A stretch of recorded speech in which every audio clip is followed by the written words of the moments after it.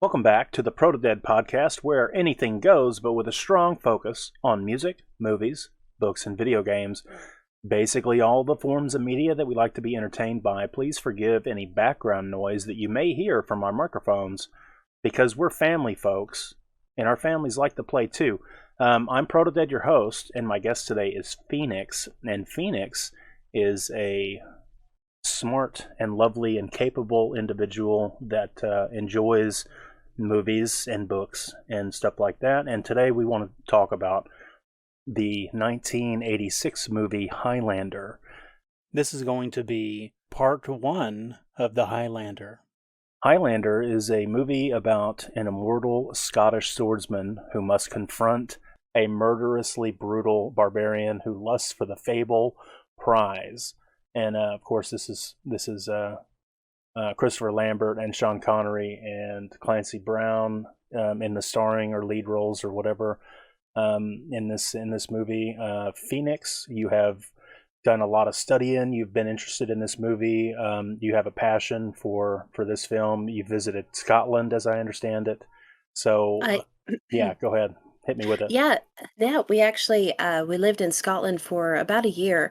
And we were actually a huge fan of this movie before we moved there. So when we actually found out that our parents were going to take us to this castle, because it's Island and it was pretty cool because we loved the movie, and we went to the castle, and it was just this surreal experience to actually see this 12th century castle that was in this movie we loved. And of course, we got on the bridge and took a picture, so, yelling, "There can be only one." Yeah.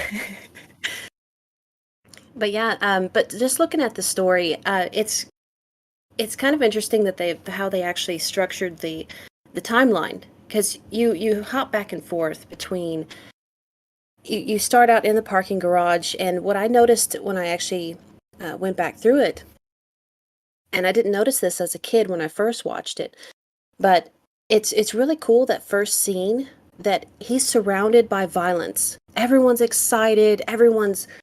It's just that thirst for blood is in the atmosphere. And he's the only soul sitting, and he's not enjoying it.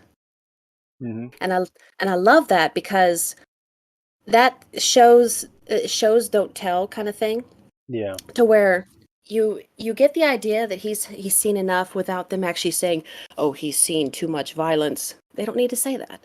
They just need to actually show it in that he's sitting in an arena dedicated to violence, and he's not reacting. So I just thought that was the symbolism and how they convey messages without actually saying anything, I think is very well crafted in this movie. Yeah. I think movies back then, it took longer for them to produce. So you would have a group of people or whatever that would write what they hope to be a good story, and maybe they work on it for a handful of years, and then the way the big Hollywood structure kind of goes, it's got to be passed on to several different process chains or whatever, in the development, and it's like all these people have to have their own time to sit with it and recraft it. So like, storyboarding. And then they figure out what they can do and what they can't do with the budget and locations, and pre-production, and they kind of rewrite and rehash it. And this whole time, all the way up into post-production, it's almost like the movies made back then had more time in the oven to bake than they do now. Now almost anybody can make a movie. Yes. And that's the reason why we get so much trash now, is because people aren't thinking about, they're not sitting with these stories and ideas for long enough to refine them and distill them down to a finer product. Yes, and it's kind of like the microwave culture, where everything is super quick, but it's kind of gross. Oh yeah. But yeah, so it does seem that, and the 80s is like that sweet spot. It really is, to where you're absolutely right. It seems like they spent time going back over the story, fine-tuning details, cleaning up the dialogue, making sure that they didn't say things that added a cheesy element to it. Because you see some of the what are they, like the edited clips on some of these older movies, and yeah, they were trash. Well, you have to go back through. You have to go back through all of your shots to actually see that there's some of them that are, wow, that's kind of cheesy. But you're right. If you nowadays they go through everything so fast. Most movies are made in what 6 to 8 months. Like Yeah. as far as storyboarding and actually going over scripts, they may film for a year, but it seems like they're not taking that time to actually really craft the story, go back through it, consult, do some research, actually consult storytellers, because a lot of these newer stories, they just seem so cold, and it doesn't reach anybody. And there's a reason why you can have these beautiful movies, like visually they're stunning, but then you actually watch it and you feel that there's something missing. You just have this empty feeling, and you're like, what just happened? My eyes were dazzled, but Yeah. something was missing. Yeah, there wasn't anything there. I hate to bash on Marvel and Disney, but they're putting I out was some. just thinking, I Yeah. was just thinking of them. Well, yeah, because that's what I mean. That's the big thing. It's like all the CGI in the world. It's all the different colors blasting you in your eyeballs, but Yeah. there's no substance to the story anymore. Maybe 10 years ago it was okay, or 15 years ago, but we just got done watching Wakanda Forever last night, and basically it was like, okay, I wasted almost 3 hours of my time watching this movie because literally nothing happened.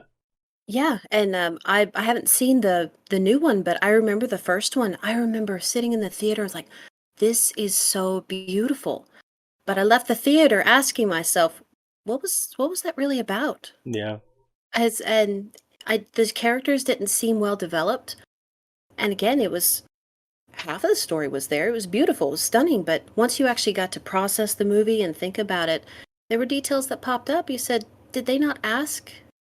Did this not come up as a question for themselves when they watched it?"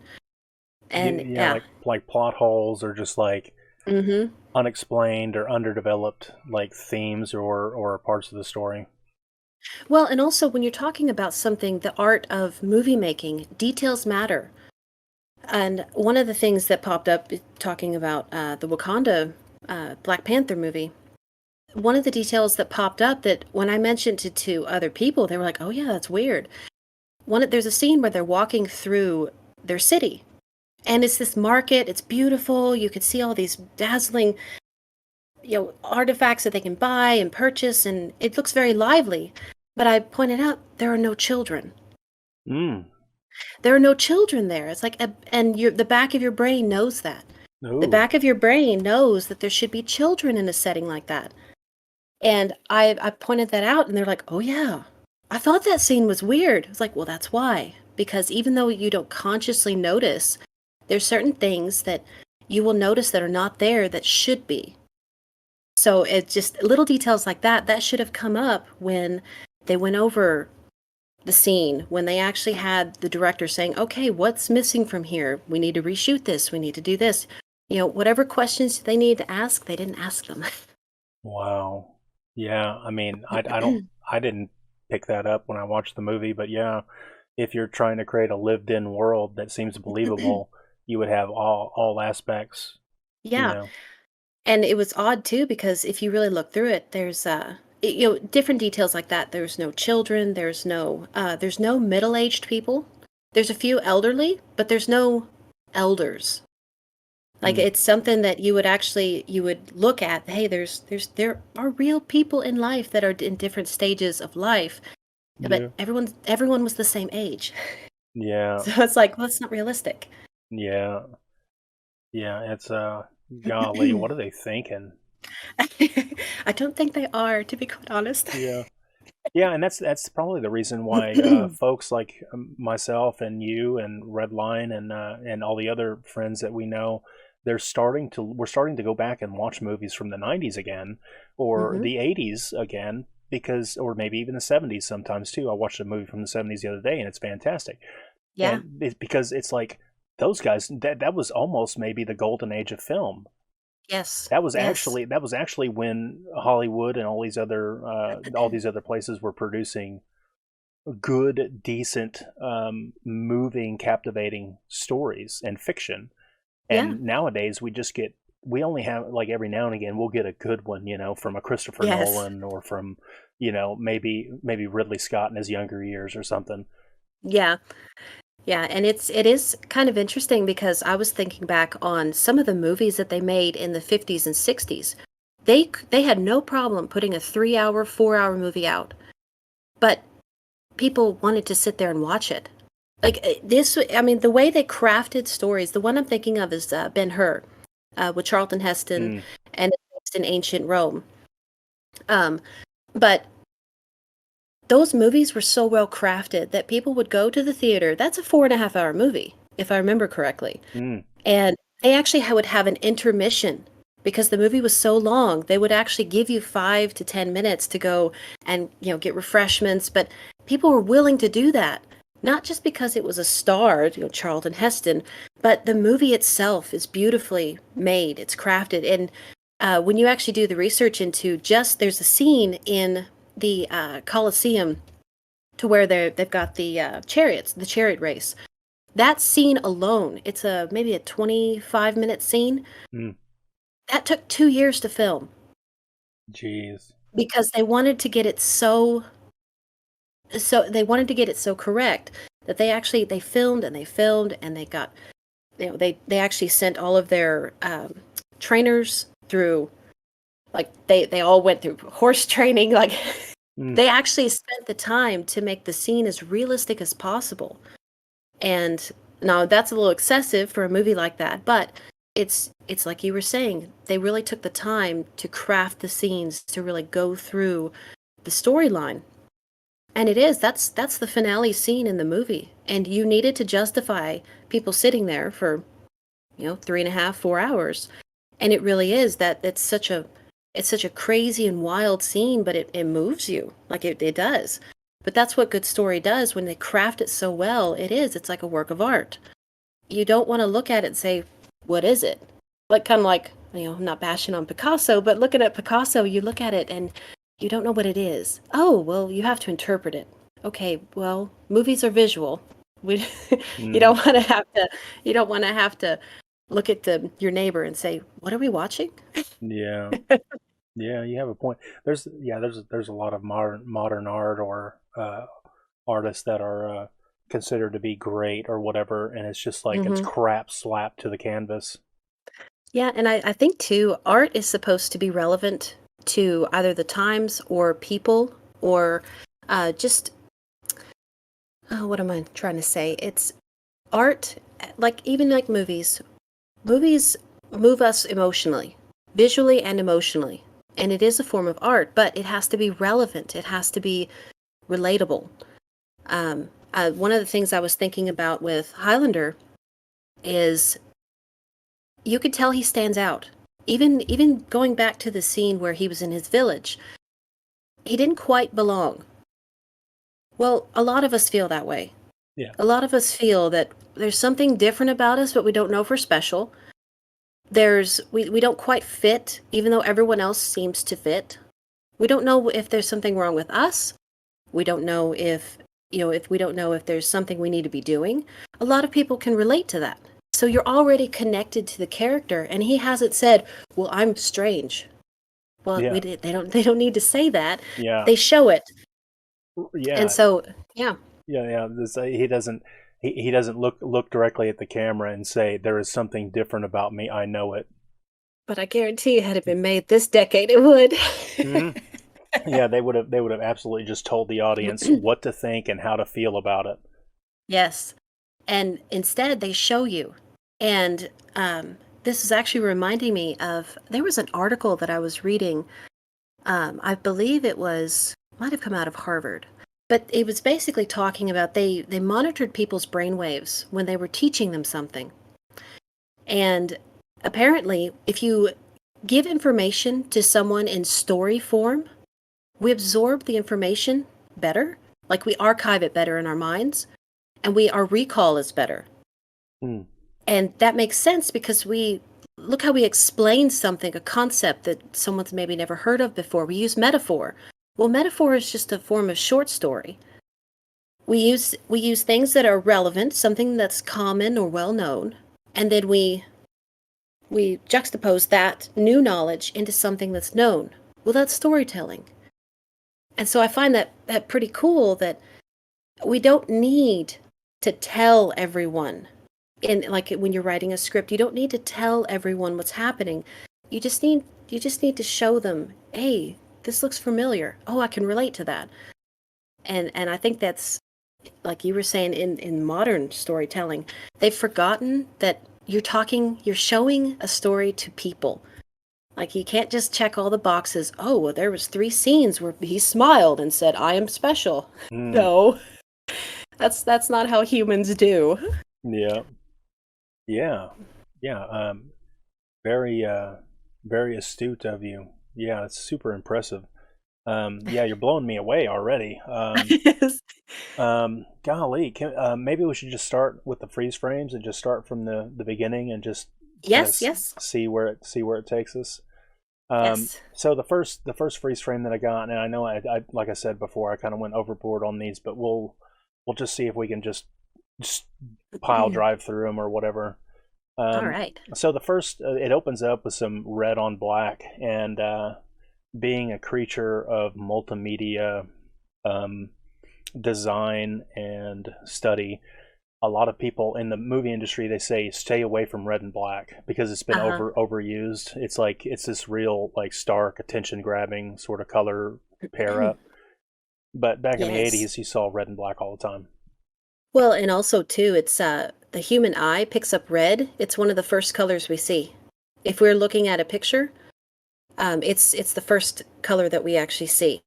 If there's red in it, we'll find it. So I find that interesting. What, like, is that a benefit of evolution or something? The theory is that if we see red, the theory is that it has to do with the color of our blood. If we see blood, there's something wrong. We need to hurry up and figure out what's happening. But for whatever reason, if you notice a lot of football teams, basketball teams, a lot of sports, they try to have red. Like they try to have red in their emblem, and that's because it catches our eye. So whatever reason that we see red is one of the colors that we see first. Mm-hmm. So the reason could be anything, but I find it fascinating that most people can find red. If you look at a picture, it's like, where's the red? Oh, it's over there. Yeah. Yep. And that's the reason why all the hot sports cars are red.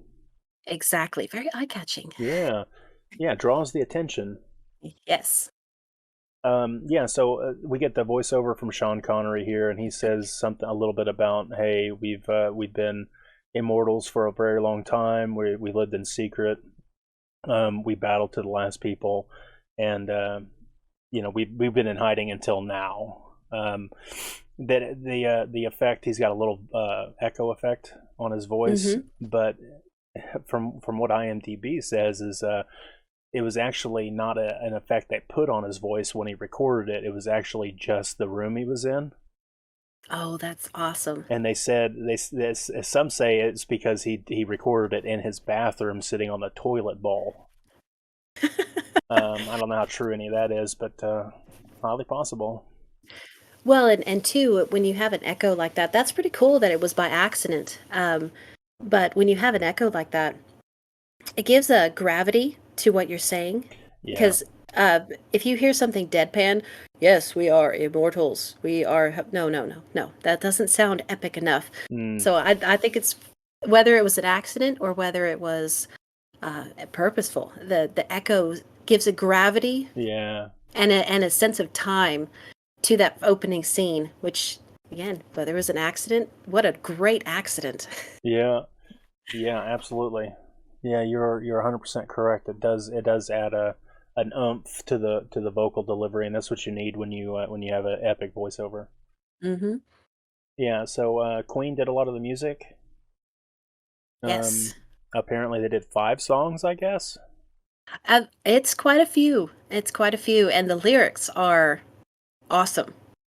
Like the song that's actually in the opening scene, with the Princes of the Universe. Like that's pretty cool. It's basically that's giving them an epic introduction. So again, it's these layers that they've added just to the first minute of the movie. So you have this epic voiceover of Sean Connery with and it's got the echo, and you give this gravity and this there's some history here, and then it goes right into Queen's song of "Here We Are." Yeah, born to be kings. Yeah, we're the princes of the universe. So that's it. It's basically giving, what's that word I'm thinking of? Oh, it's basically where they're not they're giving information without telling you they're giving information. Subliminal, maybe? Yeah, so there's subliminal messaging in there, but it's adding more layers to the idea that subtext. Yes. And it's feeding you the idea that these people are very old. They've been around a long time, but they haven't said it yet. Like they said it in that little bit of a text saying, "Oh yeah, we've been around for quite a while." But then they add more layer to it with music. So it's like it's like a symphony. If you're watching a symphony, they usually build the songs. Like they start out with certain notes and then they build on top of those, but the first notes are still there. So that's what's cool about some of these stories. The movies are written as if they are a symphony. And so there's multiple layers, and as you go through the song or as you go through the movie, there's more and more layers. It becomes more and more complex. So again, it's sorry, I'm getting off on a tangent, but no, you're all good. It's all good. Do it. Tangent away. Yes. But yeah, so then it goes into, so it finishes that song, and then of course we go into the massive stadium. But sorry, I didn't mean to take it over from you. Yeah, no, you go right ahead. Yeah, I mean, yeah. So Queen, I guess they listened. They did the first song, and then they watched some of the movie, and then the people listened to the producers listened to the song, and then they agreed that they would do more music. And what I've got is Brian May wrote "Who Wants to Live Forever," epic, super, like that's the standout song, I think. Who Wants to Live Forever? Ask a pretty impressive question, which comes up a little bit later when we see Heather in her final stages of life. Yes, and even when it says "Who wants to live forever when love must die?" Yeah, like that hits you. That hits you in the chest, because then you've just watched that emotional scene, and yeah, it's beautifully placed. Yes, like, where they place the music and which lyrics are superimposed over the scene, beautifully crafted, because that whole scene that hits you like right in the chest, like hits you right there. Yeah, it's not something that I picked up on as a youngster watching the movie. That part of the movie was the portion that I checked out mentally, but as I've gotten older, it tells more about the character, because we'll never understand what it's like to live 2 lifetimes. No, right? No. So, but we could. Oh yeah, but we could actually. But judging by what they showed us, it would be heartbreaking. Yeah. And they conveyed that message. It was just showing him go through time. He's very lonely. All of them are very lonely, and because anything they try to bring into their life fades away. I mean, even the Kurgan understands that.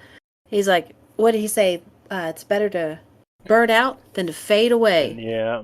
Even he feels it. As evil as he is, he still is hit and affected by the fading away. Oh damn! Yeah. Yeah. I never even. He was just Freddy Krueger to me. I mean. Yeah. Kinda, but. Well, and that's what I think is interesting. He is truly an evil character, but there's little details that show he was a child once. He was a young man once. He became the Kurgan. But that's what I love about his evil character, is because there's just little details that he used to be human, or as human as these people get. Yeah. And because that was one of the rules that I've picked up in some of my reading, is that you never want to make your evil characters 100% bad. Yeah, because then they're not relatable. They're not relatable. You want to make sure that they do something, say something, or are something that's not quite bad. They're not good. Like, let's establish there's nothing good about them, but there's something about them that is not wholly rotten.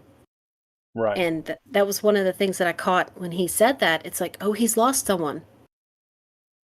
As much as he could care, which again, he probably couldn't care very deeply, but he's lost someone, as like all the others have. Yeah. Yeah. Let's have a moment of silence for the Kurgan. Okay. Yeah. And Roger Taylor wrote a song, the end title song. I don't know what it's called, but he put in the lyric, "It's a kind of magic," which Yes. our hero Connor McLeod speaks twice in the movie. Mm-hmm. It's a kind of magic. Yeah, it's a kind of magic. Yeah, it's paying homage to to his little moment with Rachel, and yeah, it was kind of cool because I was curious as to why they put that in there because that seemed to be a focus for some reason, and I couldn't quite figure out what it was.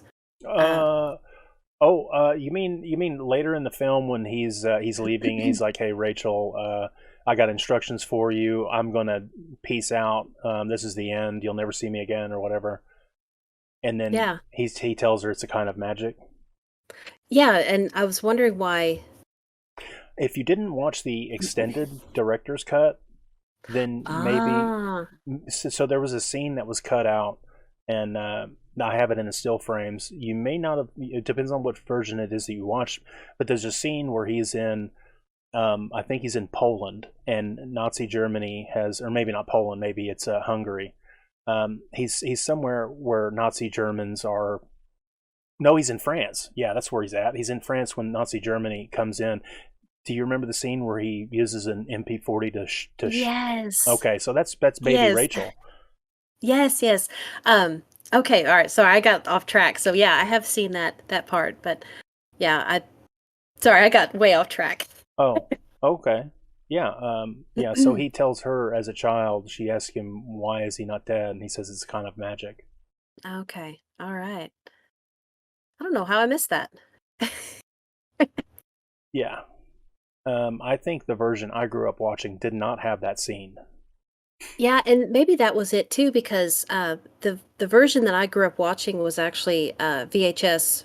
You know, we could record back then. Yeah. We could record off of TV, and so yeah, just actually buying the DVD set, there was a couple of details in there that I was like, oh, I don't remember seeing that. Yeah. I'm gonna try to remember if we can as we're going through the freeze frames. I'm gonna try to remember which scenes it was that they included. Excuse me. That's what they included in the director's cut, but I'm not I'm not an expert on the two different. But anyhow, moving on. We've got the introduction to the wrestler guy, and he's got some pretty feathery hair. And that's gorgeous. Yeah, the gorgeous feathery hair. And then unfortunately he's got some Confederate flag bullshit like that he's sporting. I guess maybe the 80s were a weirder time. Well, and it was just the things that were acceptable were just different. But I do believe that's actually originally a Indian tribe flag.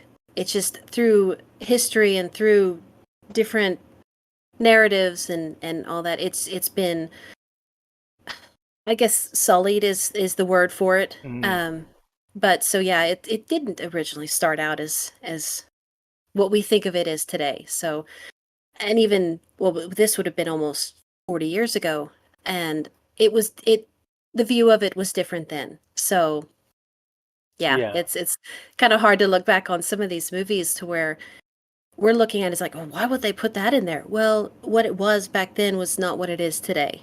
So yeah, I totally agree with that, because if you show somebody a swastika today, you're immediately your synapses fire and your neural net says that's it's bad. Yeah, that's Hitler and that's Nazi Germany and all that stuff. But the swastika, as I'm sure you well know, the swastika is an ancient symbol from multiple different,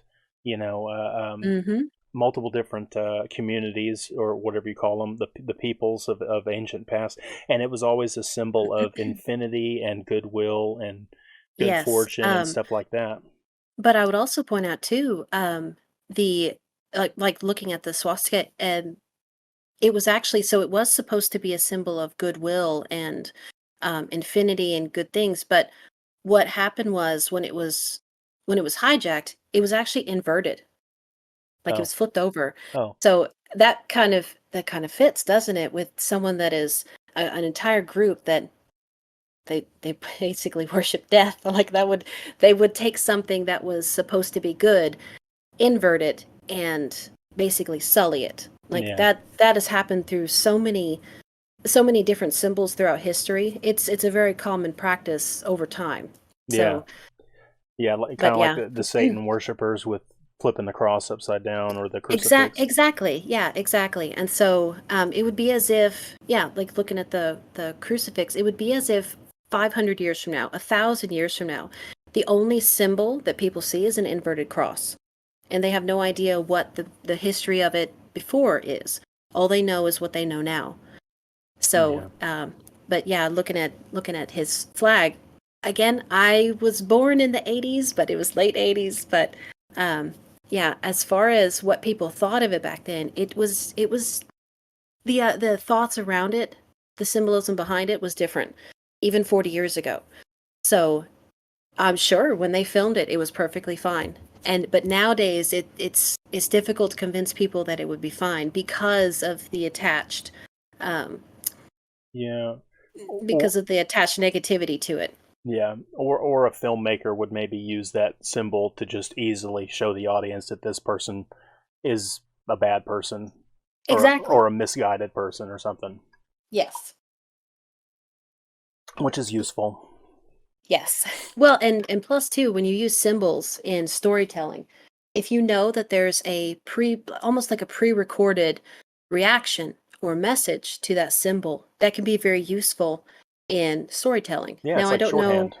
exactly, or there's a reason why we make signs like on the highway. We can look at a sign, and by its color, its shape, and the symbols on it, you can tell an entire story without Yeah. actually using words. So, and you can use that in storytelling. Like nowadays, if you used the Confederate flag, you could convey a whole bunch of information. Now, I don't know what they were trying to convey in this particular scene. Maybe it was nothing. I don't know. Mm, yeah. Yeah, it was maybe just the way these wrestlers, because this apparently was these aren't actors, these are actual wrestlers. And see, that may have been his persona. Yeah. So, because I don't watch a lot of the pro wrestling, but from my understanding, they have backstories and They're characters. personas. Yes, and so that might have been just his. That Gimmick. was, yeah, that was his costume, Yeah. and that was the one thing they could put in there to say, "Hey, look, who we got special that we got in this movie." Yeah. Yeah, originally excuse me, originally it was going to be a hockey. It was supposed to be a hockey event. Mm. But the people that would not approve filming of their hockey event at the stadium because the movie itself was going to be violent, sword fighting and heads Ah, cutting off. So the NHL or whatever it is did not want to be associated, even though the NHL is like everybody understands that it's a violent sport. Like people get their teeth yes. knocked out and stuff. For some reason, back in the '80s, they did not want their brand of sport to be associated with a violent film. Their PR rep was like, "Listen, people already think we're violent. We don't need more. Yeah, We don't yeah, need more encouragement." yeah. So the director Russell McCauley, I think his name is, and Mhm. they him and the production team decided that they opted for wrestling, which is a little bit weird because um, it doesn't. I mean, even though it's like physical, sweaty dudes like throwing each other around, it was originally supposed to be hockey sticks and them cross checking each other, intercut with Connor remembering his first battle or whatever it was. Yeah. So it was supposed to be the hockey sticks look just like the swords. So I'm gonna flip through the freeze frames. Ugh. So we have this really disgusting freeze frame of a little girl licking her lips, and I always thought that was really Yes. weird. Well, but it also it shows the how did I phrase this? humans do have a propensity for violence. And Mm. so, and it just shows with, and if you put children around violence, they get really, like they get absorbed by it. Mm. And so it just shows, that scene says a lot. Connor is here remembering an actual battle, and he's sitting in an arena where they're emulating, basically not trashing on the wrestling, but he's sitting in an arena where they're play fighting. They're Mm. pretending to be violent. And people are just soaking it up. And you even have the guy who's yelling over his shoulder. It's like, did you see that? Did you see that? They're getting so excited. And you can tell just that there's that one frame, it's a few frames later, where he's just closing his eyes. Mm. He's so tired. You can tell he's so tired of the violence. Meanwhile, these younger humans are just absorbed by it. And then we go back to the scene where his own people, back in their village, they were absorbed by the violence. Mm. But they weren't the ones going into battle. So it's kind of, it tells more than it's saying. And it just goes to show, you think you like violence, but then you actually go into battle. And so in the arena, yeah, everyone's excited, but it's play fighting. It's not real. Yeah. But then he's remembering he was excited too. Oh, I'm going off to battle. This is my first battle. I'm going to go in there. I'm going to kill the other Scots. And then he gets there, and it's horrible. It's not something you want. And so it shows that in the one freeze frame. I think it's number 15. Yeah, number 15. You can tell on his face, he's saying, you guys don't understand what you think you want. So it's cool. Like, if you actually look at his face, it's that wise old look of like, you crazy people, what is wrong with you? Yeah, it's neat. So the way they tell the story is everybody's moving, and they're like, there's flashing lights and stuff, and the camera's going off, and everybody's really animated. And the camera, almost like a helicopter, zooms across the entire crowd and just kind of goes up into his face. And he's stony and still, and I guess calm, maybe not calm, but he's almost, but he's ready for battle. Like, we don't know that yet, but that's the pose of the seasoned warrior. You have to be calm before the battle. Yeah. And so we don't know that yet, but they're showing us something that we come to understand later, which I think is cool. It's that layering that we were talking about. We don't really know what we're looking at, but our brain is seeing that, and it's archiving it for later, because we don't really know much about him yet. And that's when they actually go into, oh, he's having flashbacks now, all the noises and the excitement for battle. That's when his first flashback happens, which I find fascinating, because that's very realistic. If you're talking about flashbacks, they usually require triggers or something, smells, sights, sounds, something that is close to the memory that basically hits play on that memory, which I thought that's like, whoever crafted the flashback scenes, they understood flashbacks. They understood what actually, how memory works. That's why it's seamless when we watch it. It's because it's how our brains work. It's not choppy or weird. It seems to flow. Because if you're looking at it by freeze frame, you're like, wow, this seems all over the place. But when you're watching it, it seems very natural. And that's why. Yeah, because they intercut it quite well. I want to point out that some of the transitions in this movie, the transitions from one scene to the next, or one film shot to the next, I don't know if other movies did a lot of really great transitions too, or if I was just kind of paying special attention on this one. But there's about 6 or maybe 8 key points throughout the film where the transitions are just magnifique. Yes.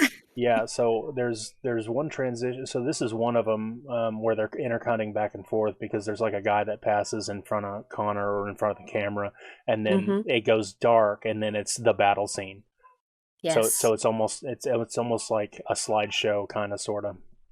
Yes. Yeah, and then there's another one later where after he kills Facile and the camera like drifts up, and we'll talk about it when we get there, but the camera drifts up to Mm-hmm. the next floor of the parking garage, and it's the camera overlooks a small stony wall back, in the 1500s Yes. or the 1400s. Yeah, so their transitions in this movie were very thoughtful too. Yes. Yeah, and they were very smooth, and they, even though they were connecting centuries of time, they used something in each scene, each transition that was solid, or I Yeah, should say, similar in each scene. yeah. There was which we'll get to that one too, but it's where he's cleaning Ramirez's sword, or Oh, he's sharpening the sword, and yeah, there's the fish tank behind him, and he yeah, hears the water, and he's holding the sword, and then he remembers back when they're at the lock, when they're on the river or the lake. So it's just that transition of, oh, it's water here, oh, it's stone here, oh, it's yeah. it's really cool how they use those certain elements to tie each scene together. Yes, yes, ma'am. You are correct. Um, all right. So freeze frame 21. It looks like we got a person in a hockey mask, Mm-hmm. and I don't. They say it's a nod to the slasher Jason Voorhees, but I mean, I don't see why. I don't see why that has anything to do with this movie. But at Well, and this, it may have been. Oh, sorry. Go ahead. no, you go ahead. It may have been just adding to, again, the visual stimuli of you. They're prepping you for a very violent scene, and so they're trying to give the idea of, look, here's something else that's violent. Here's something else that's violent. Mm, So, and because they're building up to, this may seem chaotic, but this is building up to, I mean, really, you're going to a parking garage and watching two guys fight with swords. You need to work up to that. yeah. So you need to establish that something's about to happen. So if you're seeing all this noise and this violence, and we've just seen battlefields, and we get the idea that we're okay. We're now ready for a fight scene. We now understand that this is real. We've seen the fake, we've seen the real. So now we're moving into another scene where they're fighting with swords, which can be kind of hokey if you don't do it well.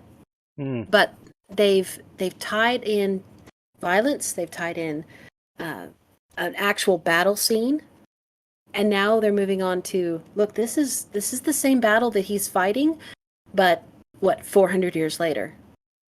So I mean, we're just a few minutes into the film, and it's already, there's so much that you're absorbing and you understand. And I pointed this out to my husband. They haven't said anything yet. yeah.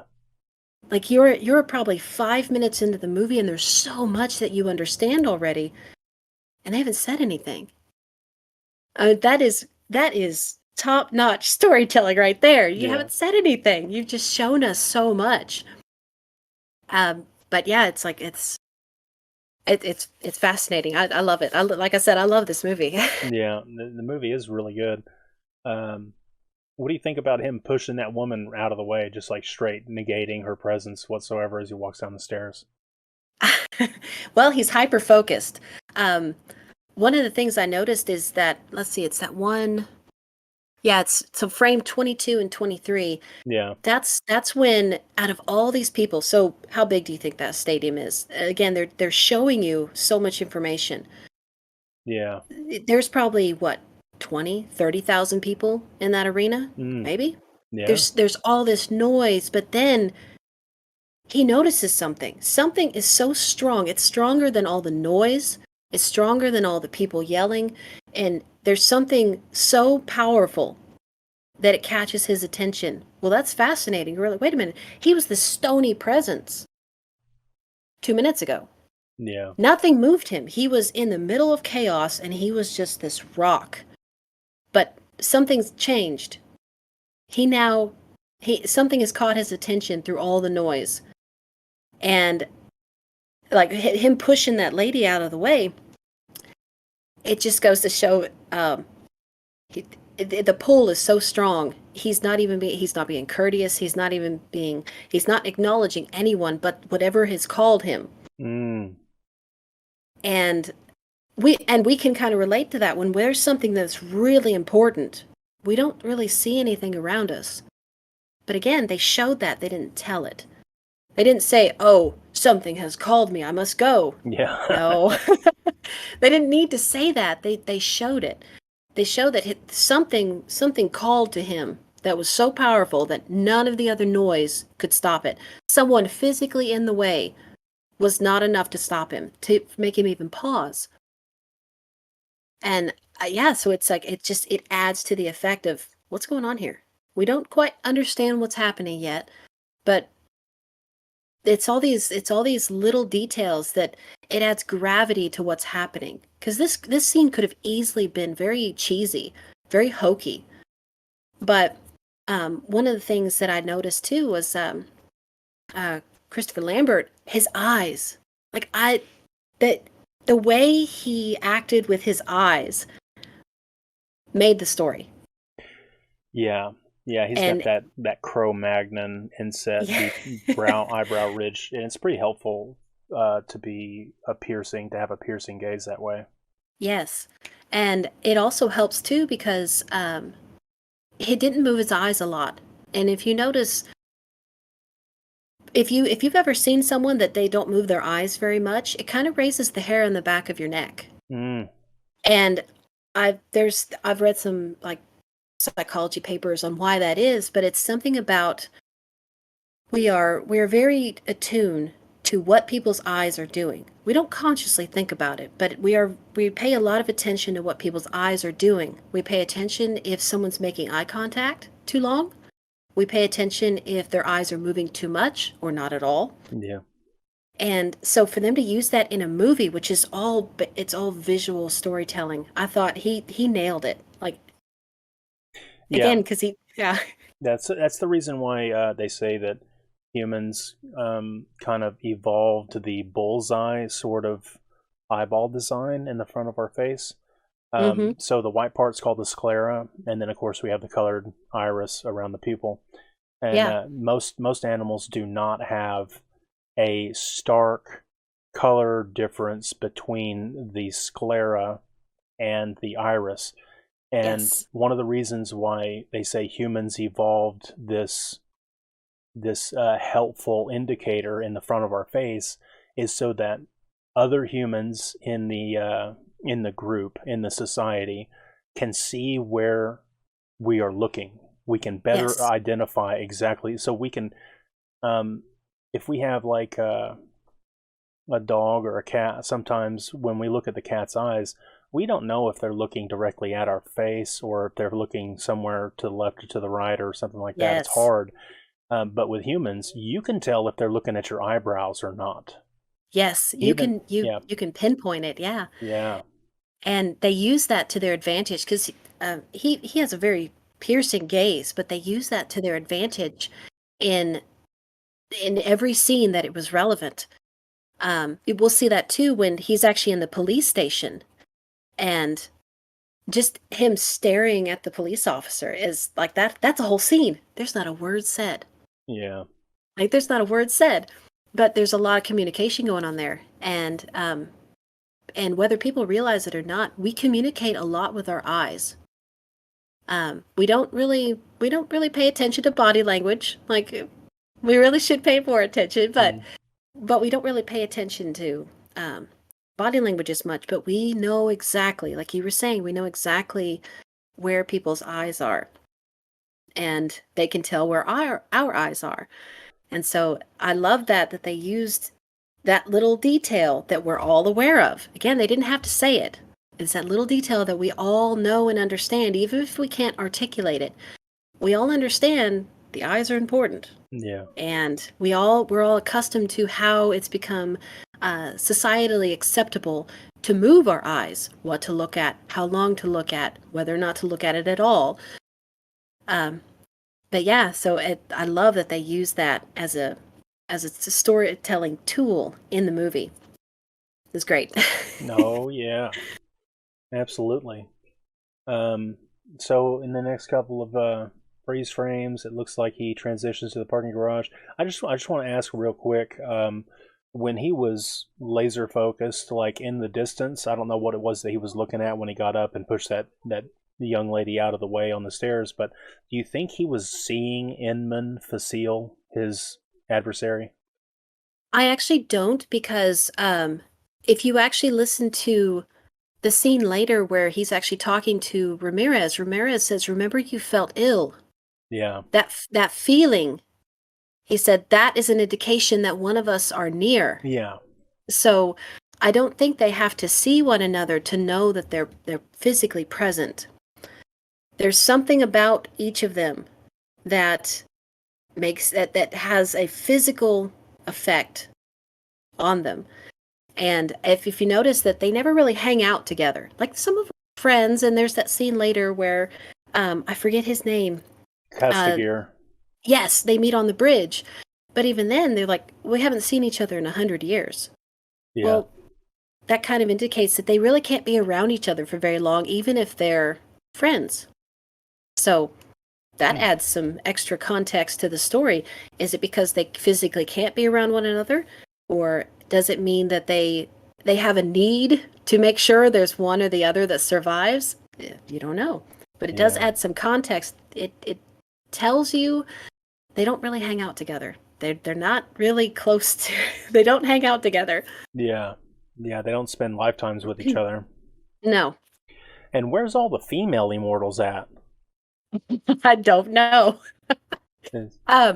It was kind of interesting. One of the things that I noticed about this story that may have spoken to people, even if they didn't realize it, was this was very similar. Do you know anything about the Nephilim? No, other than the name crops up time and time again in popular fantasy storytelling to describe an ancient, powerful being or something, or a set of beings or something. But Nephilim are supposed to be angels or something, right? Fallen angels. But supposedly, of course, they were all male. So that may have been part of the reason why they didn't have any female immortals. Maybe that was the inspiration behind the story. So yeah, and it may not have been relevant because sometimes you have to focus on a story. If it's not going to add to the story, there's certain details and certain little bits that you don't, there's not time for. So and again, I've never watched the add-on series. You know, they had a series, and they had a couple more movies, and I think starring Adrian Paul as Duncan MacLeod. Mm-hmm. Yeah. So I never watched those, so I don't know if that was the same writers or if they added any female characters. I believe they did in the show. Yeah. But for the sake of the movie, maybe there just wasn't time. There was so much in the story to cover that there's too much. So they really had to only focus on how many immortals do we have? 5? I think there's 5. Yeah, I think you're right. Mm-hmm. So even if there were 100 still alive, well, the story is focused on Connor. Maybe Connor never came in contact with any female immortals, if there were any. We don't know. But yeah, because there's so much here, I'm sure that they probably explored that idea, and it was just too much. It was too much for, like, how long was this movie? Like over 2 hours? Yeah, I think right around the 2-hour mark, yeah. Mm-hmm. So there's sometimes where there's just not enough time to cover it, because if you introduce a female immortal, well, now you have more questions. Now you have questions of, okay, well, that's they or won't they? Yeah, will they or won't they? So it just adds a different element that may take too much time to explain, to integrate into the story. Because that's one of the things that they teach you when you're studying writing, is that you have to focus your scope. Yeah. And if you add too many details in, it it creates too much chaos, and the story doesn't flow. Because remember, it's not reality; it's a story. Yeah. And so, even if they do exist in this reality, for the purpose of the story, where they don't mention them. So even if they wrote, who is it that does that? I think it might be James Cameron. Actually, writes his scripts. He creates the entire world of other characters, other. It might be James Cameron. Yeah, I don't know. I could be wrong on that, so don't quote me on that. Sure. But there are storytellers that they will craft an entire world of characters they never use. And the whole purpose of it is to help them build this snapshot of the story that they want you to see. Yeah. So they may have those other characters, those other elements, those other scenes. They may have them, but those are the ones you never see. Yes. Yeah, And so, I agree. Yeah, so it's possible that maybe whoever wrote this, maybe they wrote it in there because they added women to it later. But for the purpose of this story, this was Connor's story. So it's what needed to be focused on for his final steps towards the gathering. And maybe there were some scenes that they wrote in, but they didn't fit. So yeah, it's like for I don't worry too much when I see a story that doesn't have any women in it because there's often reasons for it, and there's often there's just too much because it does add a different element to the story. It does add different questions, different problems that need to be solved. Just different. It changes the rhythm of the story every time you add a different character or a like if you add a different element, it changes the rhythm of the story. You have to be ready for that if that's the story you're telling. Yeah, I hear you. Yeah, it was a different time back then. They weren't laser focused on forced inclusivity and stuff like that. No. Yeah, they weren't interested in check marking all of the, you got to have a disabled person in there, and you got to have this, and you got to have a trans person and whatever. Well, and I find that interesting that modern storytelling, they're so desperate to get all of the boxes checked. Yes. And I mean, I would point out, if you really want those characters in there, you're trying to, I guess a good metaphor would be, you're trying to put too much furniture in your house. Yeah. If you want a style, if you want a theme, you need to pick something. And if you want something else, if you want a different style, a different theme, well, then you need to pick a different room. There you go. And so with storytelling, they have all these stories that they want to tell. You have 10, 15 different characters. Write 10 or 15 different stories. Yeah. Don't leave them out. Write more stories. There you go. It's almost as if they're desperately trying to, we got to make sure they're in here. It's like, okay, but write their story. It's like they don't have to all be in this 1, 2, or 3 hour movie. Write their story. And because what happens is it becomes a jumbled mess. Because every time you add something in that's different, like if it's a story like this one, adding a woman immortal would have broadened the scope too much.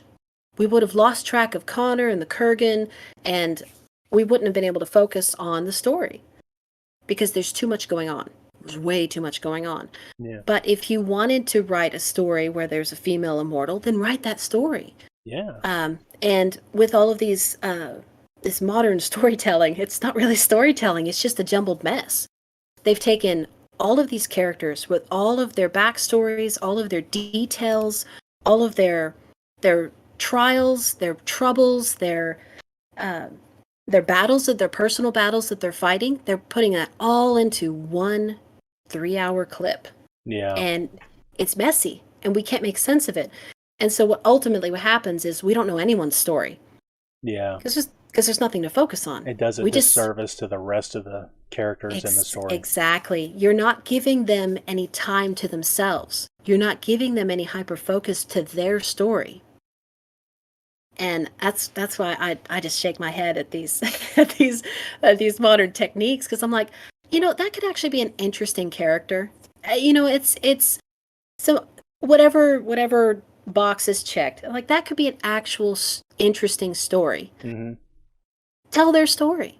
Yeah. It doesn't need to piggyback on someone else's story to be relevant. Just tell the story. Write their story. There you go. And let it show it for what it is. If it's good, it's good. And if it's about a person, there's going to be some depth to it. There's going to be it's going to be relatable somehow. Tell the story.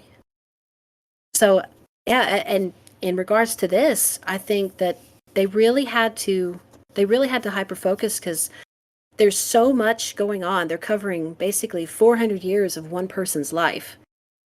And yeah, they had to be very careful in how much was said. If you notice, the dialogue in here is not very extensive. They do a lot of showing. Yeah.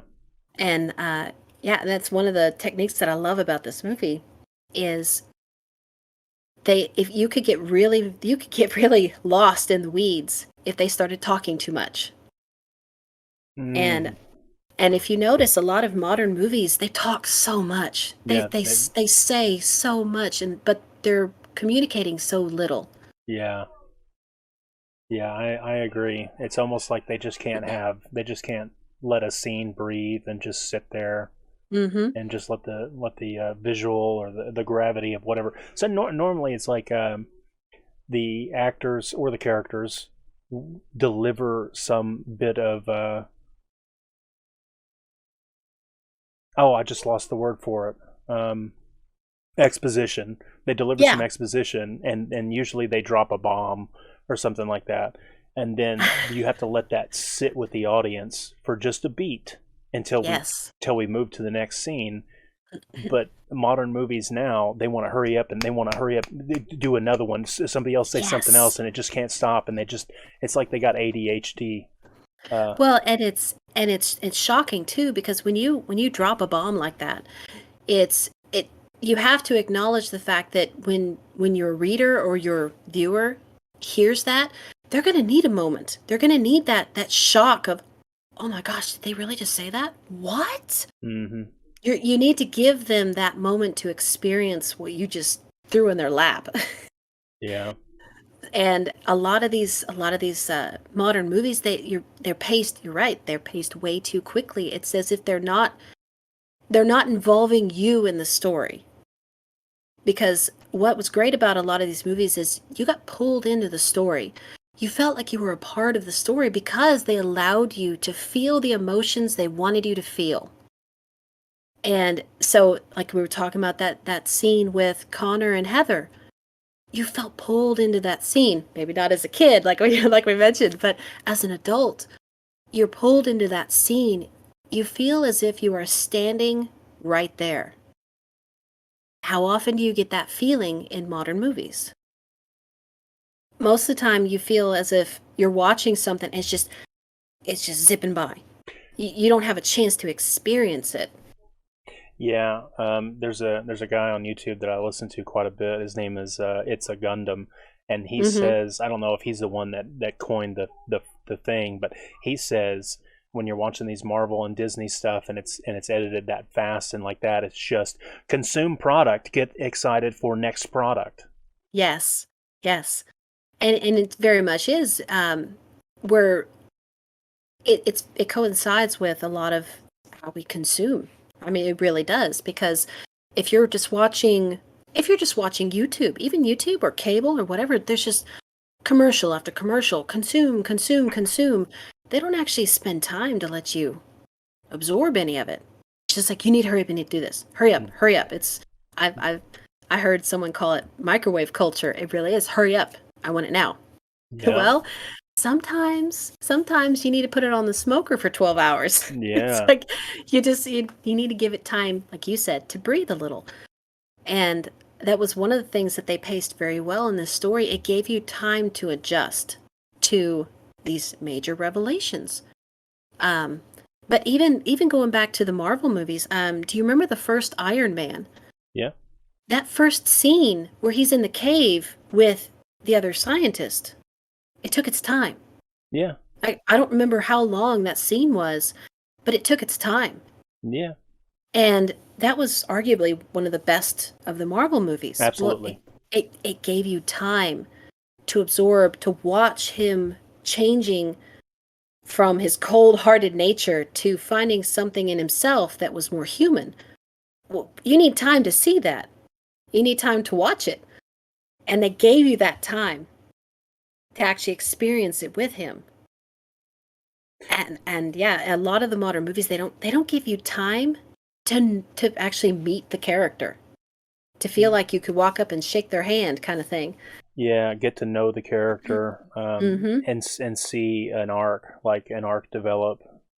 Yes, yeah, and that's another thing too, is we get to see Connor's story, because again, they can't cover all 400 years. That would be a very that'd be a lengthy series, not a movie. Yeah. But you get to see who he was as 20-year-old Connor to 400-year-old Connor. You see the differences. And so this one's structured a little bit differently. You don't see the smooth character arc, but you do get to see where he started. And you do get to see a little bit of his life with Heather.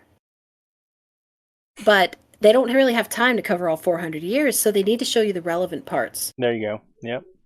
Yeah. Yeah, they distill it down to something that makes the most sense to tell a cohesive story. Yes.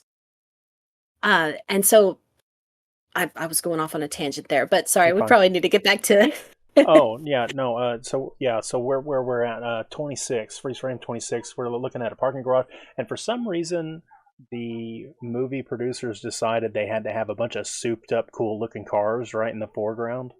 Yes, and it's tragic because they trashed a bunch of them, if I remember correctly. Yeah, it is pretty tragic, but I don't know what any of these cars are. I couldn't tell you. I'm not a big car guy, but I do know that I might be able to point out the emblem on a few. Yeah, is there any of them, like, I see a gold one and a red one that's got like a hood scoop, and then a competition orange one in the back that kind of looks like a Super B or something. Yeah, and with this timeline, it would have been anyone who had those cars, because I believe this was it was when they were making vehicles that were super ugly and supposed to be more eco-friendly, fuel efficient, and they were ugly. Yeah, so the boxy cars. Yes. And so to have that little shot there, I'm not sure what they were trying to convey with having all those flashy cars. But it was a nice little bit of eye candy. It's like, ooh, that's pretty cool. I agree. At a glance, if you're not into cars, you don't even notice it. But if you are into cars, just this short snippet of these like 4 or 5 or maybe 6 or 7 hot rod cars looking around the thing, you might think this entire parking garage is filled full of these badass cars. Yeah, and I'm also thinking, man, these people have got to have some money. It's like, who's going to watch pro wrestling here? It's like a bunch of doctors and lawyers. Yeah, and that leads me also to ask the question: why the hell was Connor McLeod at a wrestling event? It could have been that's where he was drawn to. Oh. Because if you pay attention to some of the dialogue later in the police station, they were talking about they had actually heard of different murders like approaching New York. They talk about the beheading in New Jersey. Well, even the police chief says, "Well, it's not my district, so I didn't pay attention to it." Mm. It gives you the idea that they didn't know exactly where the gathering place would be, but they were drawn to it. Yeah, so what is it? Juan Sanchez Villalobos Ramirez says there's going to be a pull to a faraway land at a certain point. Yes, and I guess that faraway land is New York City. Apparently. And the 80s movies loved New York for some reason. Love New York. Yeah. But so he may not have understood why he needed to be there. If you notice a couple of scenes later, he's going down dark alleys. Yeah. Like why was he down there? But I think they're being drawn to one another, and it just happens to be wherever they end up.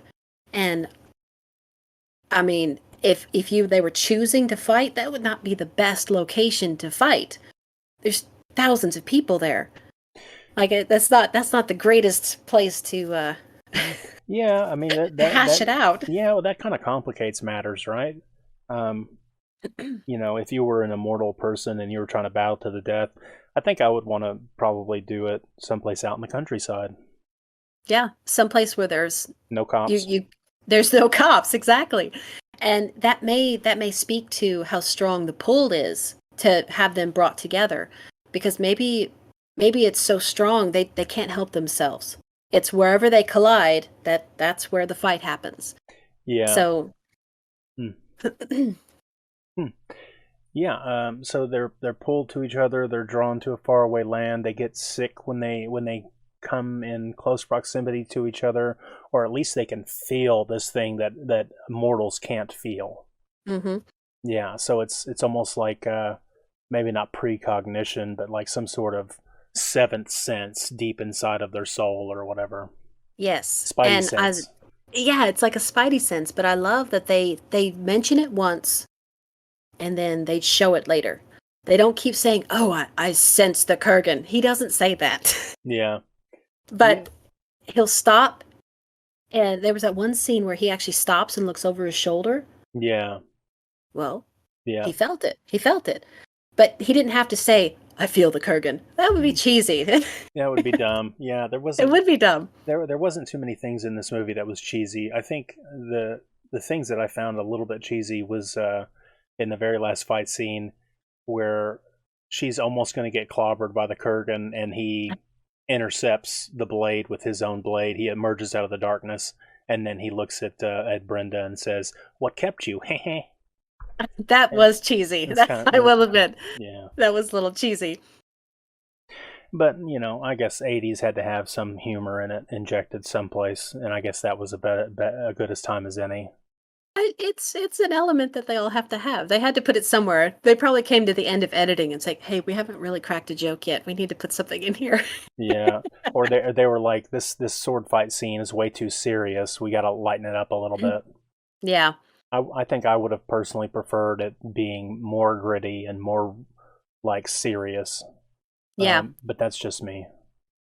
No, I agree, especially with something those are the last two. Right.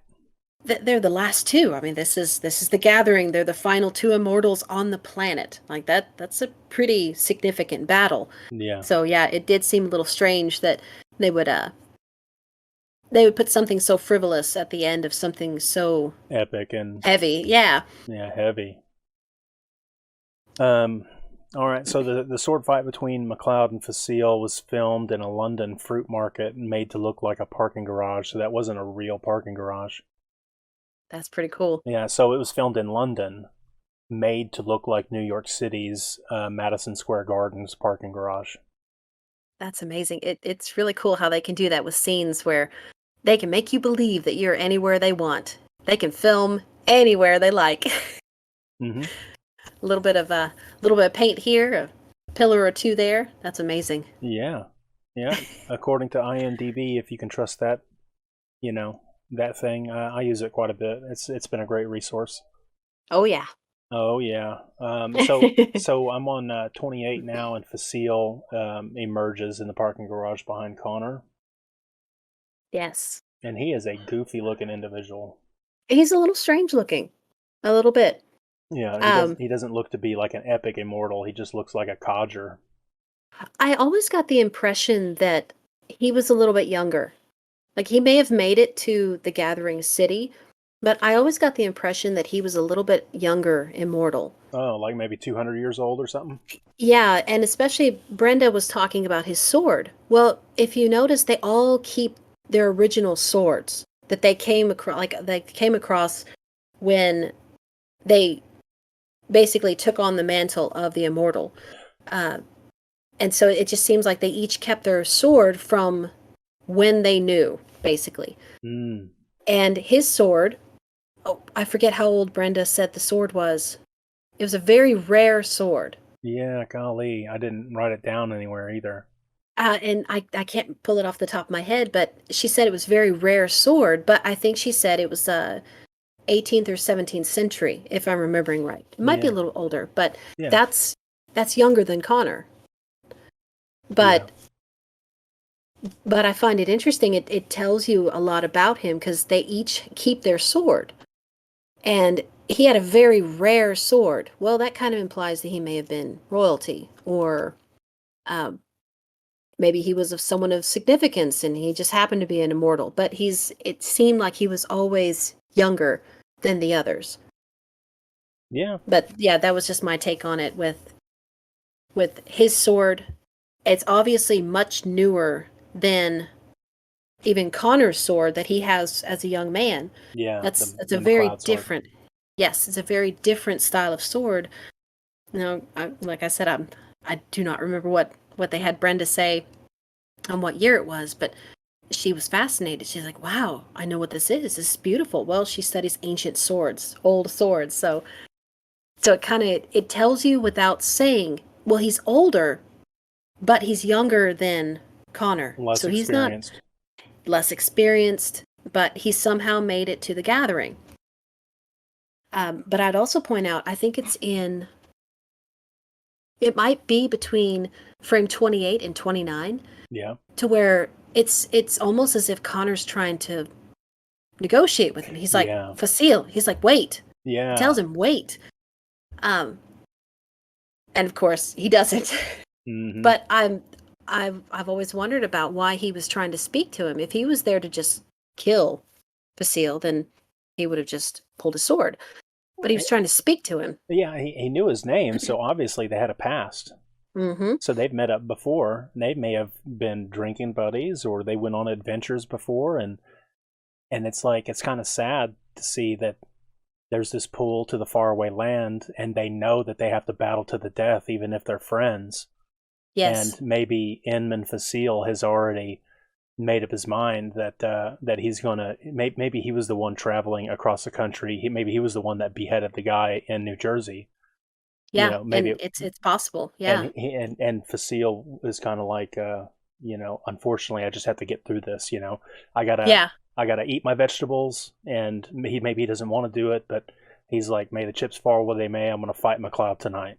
Yeah, and it also speaks volumes with their characters too, because if you notice that, it was something that Ramirez told Connor, basically saying that, oh yes, he was talking about the Kurgan and how powerful, but also how evil he was. Mm-hmm. And he said he must not be allowed to win the prize.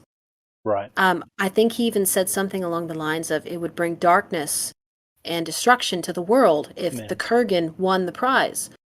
So it seems like, and you notice Ramirez doesn't kill Connor when he finds him. Yeah. He teaches him how to fight. Mentors him. Yeah. Yeah. But even Connor asks him, he said, when the time came, would you kill me? Yeah. And Ramirez does not answer. He doesn't answer because he doesn't know. And because the main mission is to make sure that the Kurgan, the epitome of evil, does not win the prize. Whatever that is, he doesn't win the prize. And it seems as if the immortals that are not completely consumed by evil are basically banding together. They're not hanging out with one another, but they know each other, which means they've come in contact with each other without killing one another. Yeah. Whereas the Kurgan, he finds them, he kills them. In fact, it even goes back to that the first battle, where the Kurgan deliberately sought out Connor while he was untrained. Yeah. He's basically slaughtering them as babes in their beds. He's in it to win it. Yeah. He doesn't care. Anyone he finds, he annihilates. And that's very different to what Ramirez has done. It's very different to what Connor has done. And so that adds in that element of, oh, it's good and evil. Again, we understand that as hearing stories. We love stories of good and evil. And that there's that another layer here on the story, to where we're starting to see them add more layers. So it's just really, really cool. Absolutely. Yes, ma'am. So yeah, it's presumed that that Connor and Facile, maybe if it wasn't this exact time, maybe if it was a little bit earlier, they wouldn't be battling to the death. But yet here we are. Facile has made up his mind, and that he wants the prize. Yeah, he wants to try to. Yeah, so if they were made of more honest stuff or whatever, and if they all could rally behind the idea of defeating the Kurgan, wouldn't it have been cool if they could have just met up and been like, hey, let's gang up on the guy and cut his head off and then go our separate ways. That would have been a cool way to handle it. That would have been a cool way to handle it, but I'm wondering if the same way that Ramirez didn't answer him when he asked, they may not have been able to help themselves. So maybe they didn't kill the ones that they had each befriended in the hopes that one of you at least would defeat the Kurgan. Right. So maybe they were just multiplying their odds of victory by not killing the ones that, well, he won't be a bad choice if he wins the prize. Well, he won't be a bad choice. He's not a good man, but he's not the Kurgan. Yeah. Because they all know who the Kurgan is. And it seems like it's a very bad idea if he wins. They all know this. And it seems like in the scene with Facile, he got a little bit too greedy. He just wanted it so bad that he... Like, maybe they had an agreement. Maybe they had an agreement that, hey, we need to focus on defeating the Kurgan. Let's just meet up when we meet up, and we'll try to defeat him ourselves. Maybe that's what happened. Maybe not. But it does seem like Connor kind of expected Facile to fight, but he did try and speak to him. Yeah. So there was the possibility that Facile would listen. Because Connor didn't pull his sword until Facile did. And he's like, dang it. You could tell there's that moment of, dang it. Yeah. Yeah, son of a bitch. We're getting ready to do this. Yeah. He's like, all right. And we're doing this now. And we're doing this here. Okay. Let's go. Did you know that when they start clashing swords and the blue sparks fly out of the swords where they touch is because of car batteries? Really?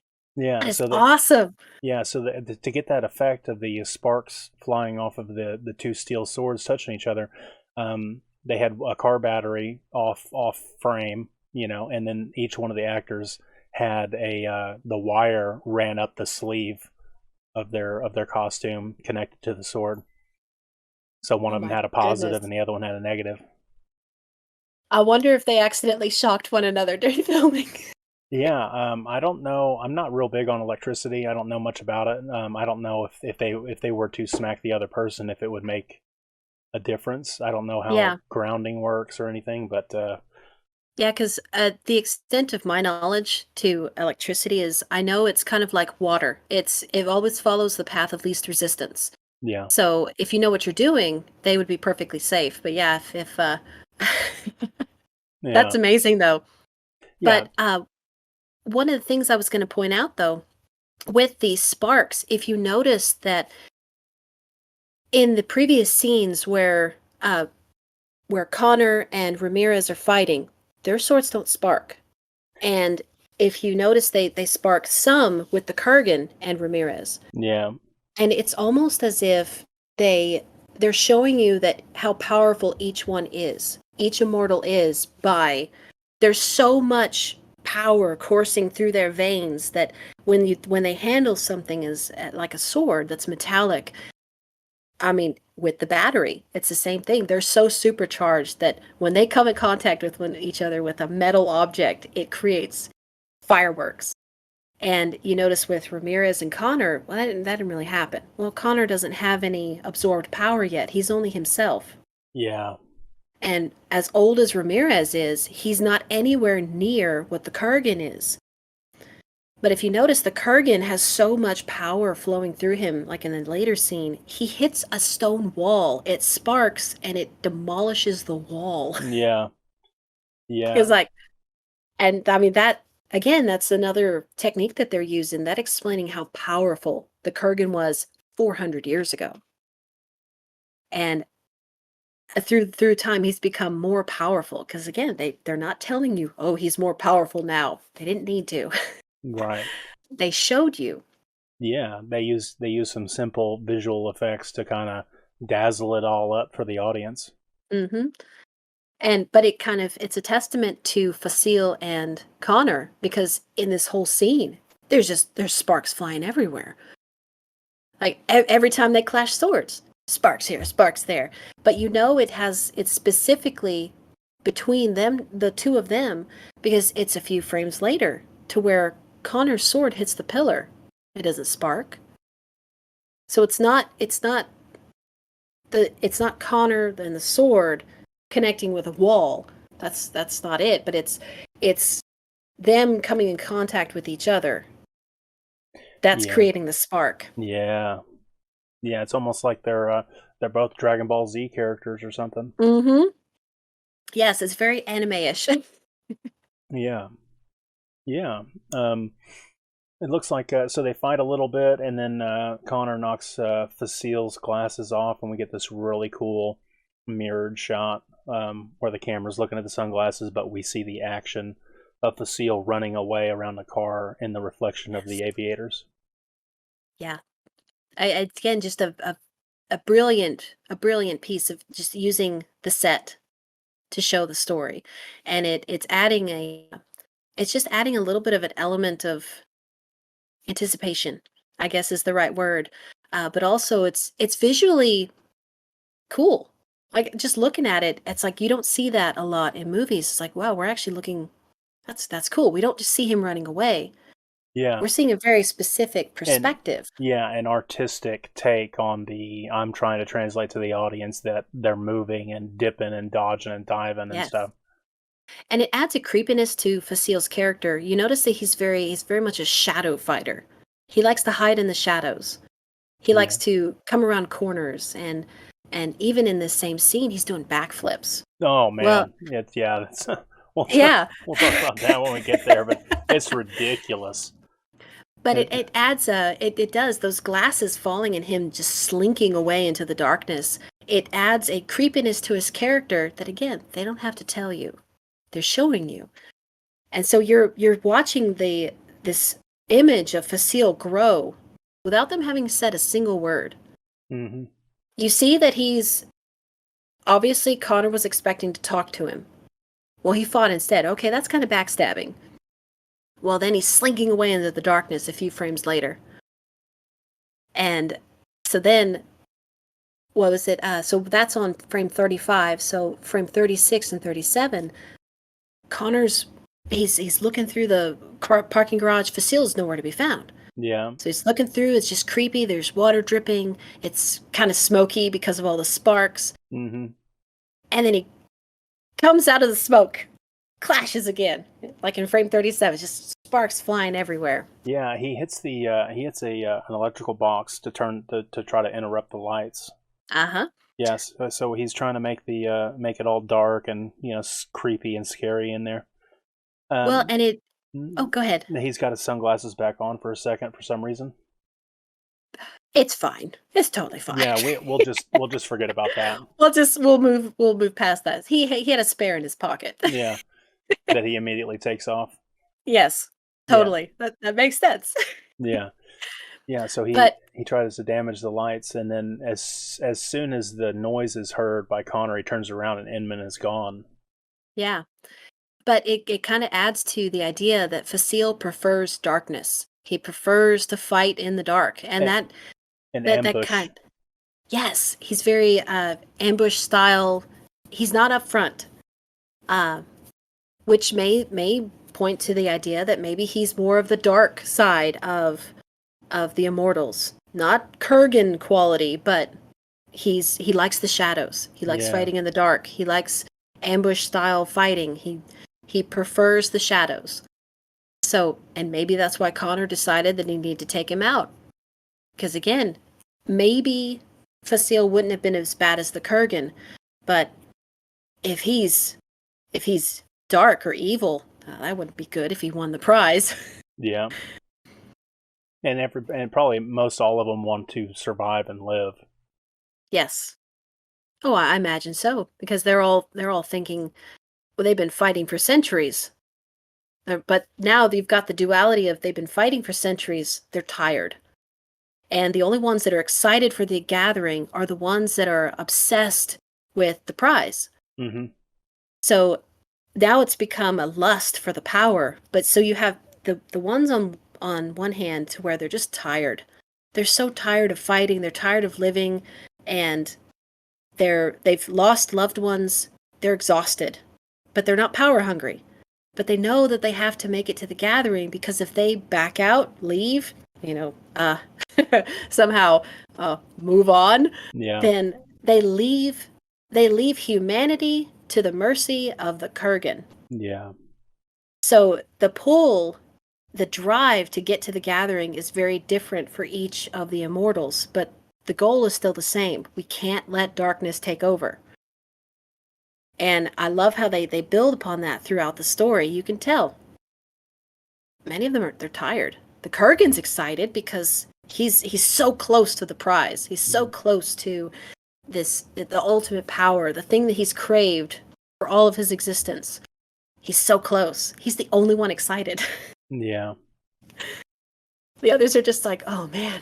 Yeah. Let's just have a drink and rest. Uh-huh. Agreed. So they fight some more on top of the cars, and then they clash swords a few times, and then Inman Facile bashes Connor in the face with the butt of his weapon, and then they take off along the hoods of the cars, chasing each other. On frame 45, they are fighting on top of two cars, and somebody, I guess a super adolescent mind or low resolution thinking person, says that they're trying to tell the audience, because at this time the audience doesn't know who's a good guy, who's a bad guy, but we all subliminally know that Connor's the good guy. There's been enough storytelling and subtext to know who's the protagonist here. Yes. But they say on the IMDb, they say, specifically because Connor stops on blue and that means good, and Inman stops on red, which means bad. Huh. I didn't catch that. Yeah. I never thought of that before. Yeah, but I mean, if the filmmakers did that on purpose, that's a super low hanging fruit. I think the audience is a little smarter than that. Yeah, and I mean, I would hope that they didn't think they needed to resort to something so simple. Yeah. But I mean, that's the appropriate giggle too, because we've already seen, and like you were saying, we've already seen enough to kind of get the gist of it. Yeah. And if you notice that even the fighting style, Facile is on the offensive, Connor's on the defensive, and so that right there should tell you there's something different about this. Connor was the one that said, "Wait." Yeah. Well, that shows an element of not what's the word I'm thinking of? Control. So and it just shows an element of thoughtfulness that Facile obviously doesn't have. And so again, I think they did well with explaining. You already have a pretty good idea of what's going on, like who's the protagonist here. But yeah, and what are we, maybe 10 minutes into the movie? Yeah.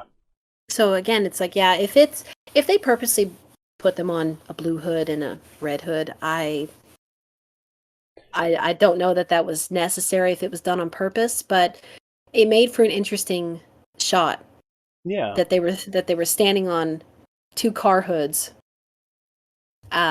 Continuing to fight each other. I want to point out here that Peter Diamond, who plays Inman Facile here as the antagonist, he is also the stunt coordinator for the whole movie. Oh, that's cool. Yeah, and I don't know if he did wire work when he was doing some flipping, because he doesn't look to be all that muscular of a human. But apparently he's got the knowledge and the skills, because he was the stunt coordinator for the entire film. Well, you say the backflips, but Chris Farley could do backflips. So I mean, it's possible he did them himself. Yeah, there's a possibility. Yeah, I mean, I probably wouldn't have been fun for him, but there's a possibility that he did them himself. But I mean, that's pretty cool that he had a hand in creating that scene, because there's a lot of stunts in that scene. There's a lot of jumping and flipping and The coordination of like practicing where to hit the swords to each other and stuff like that, or what have you. yeah, and they also they coordinate what action is at what angle to the camera, because that's important too, because we have to be able to see what's going on. So not only do they have to look like they know what they're doing, we have to be able to see it, because if we're looking over one of their shoulders, that's not quite the same effect as, say, which scene is it, like frame 59.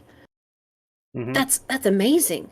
But if we're looking over one or the other's shoulder, it doesn't quite have the same effect. Well, he would have helped coordinate that. He would have helped decide where the camera needs to be placed. Going back to frame 49 and 50. Mm-hmm. I mean, they actually have the camera, it looks like almost on the ground.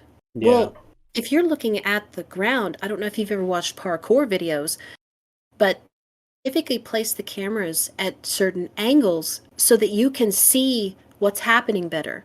Yeah.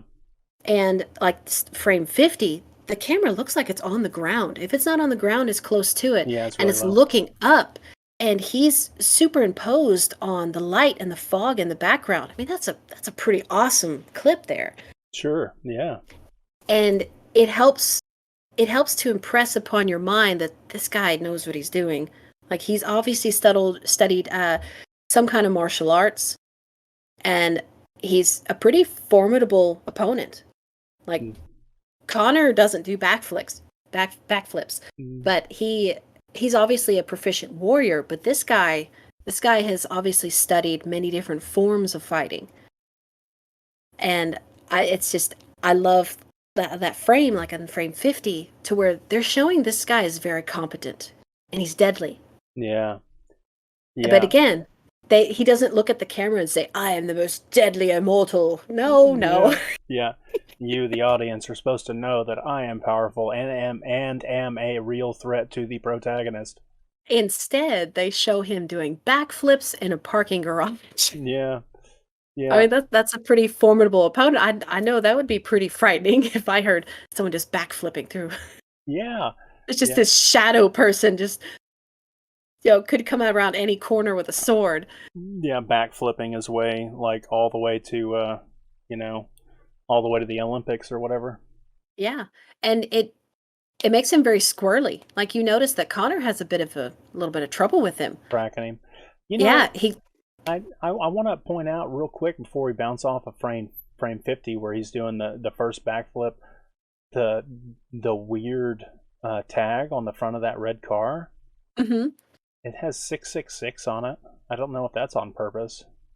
Does it? I didn't even notice that detail. Yeah, so I'm just now zooming in on it, and the identification tag, I dare say it's a license plate, but it says 666 dash a couple of letters. Well, and again, it may be that, I think you called it the subliminal messaging. Yeah.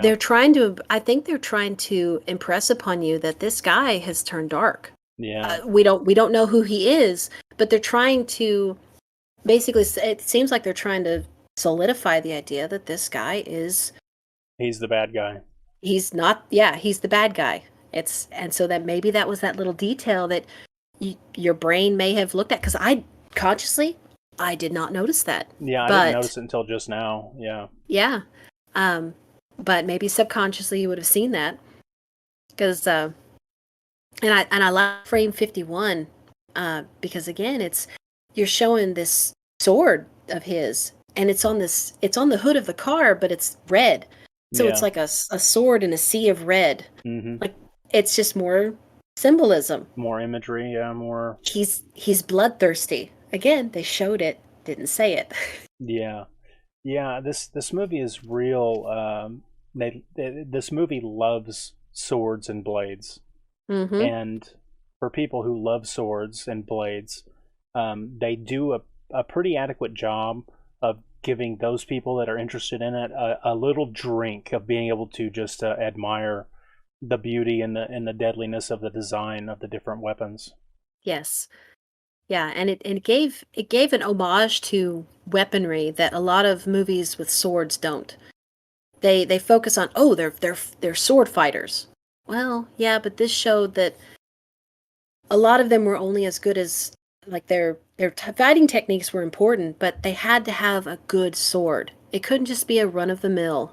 All of these swords were very special. Like, they were almost characters in their own way in the story. They each have a history. They each have a name.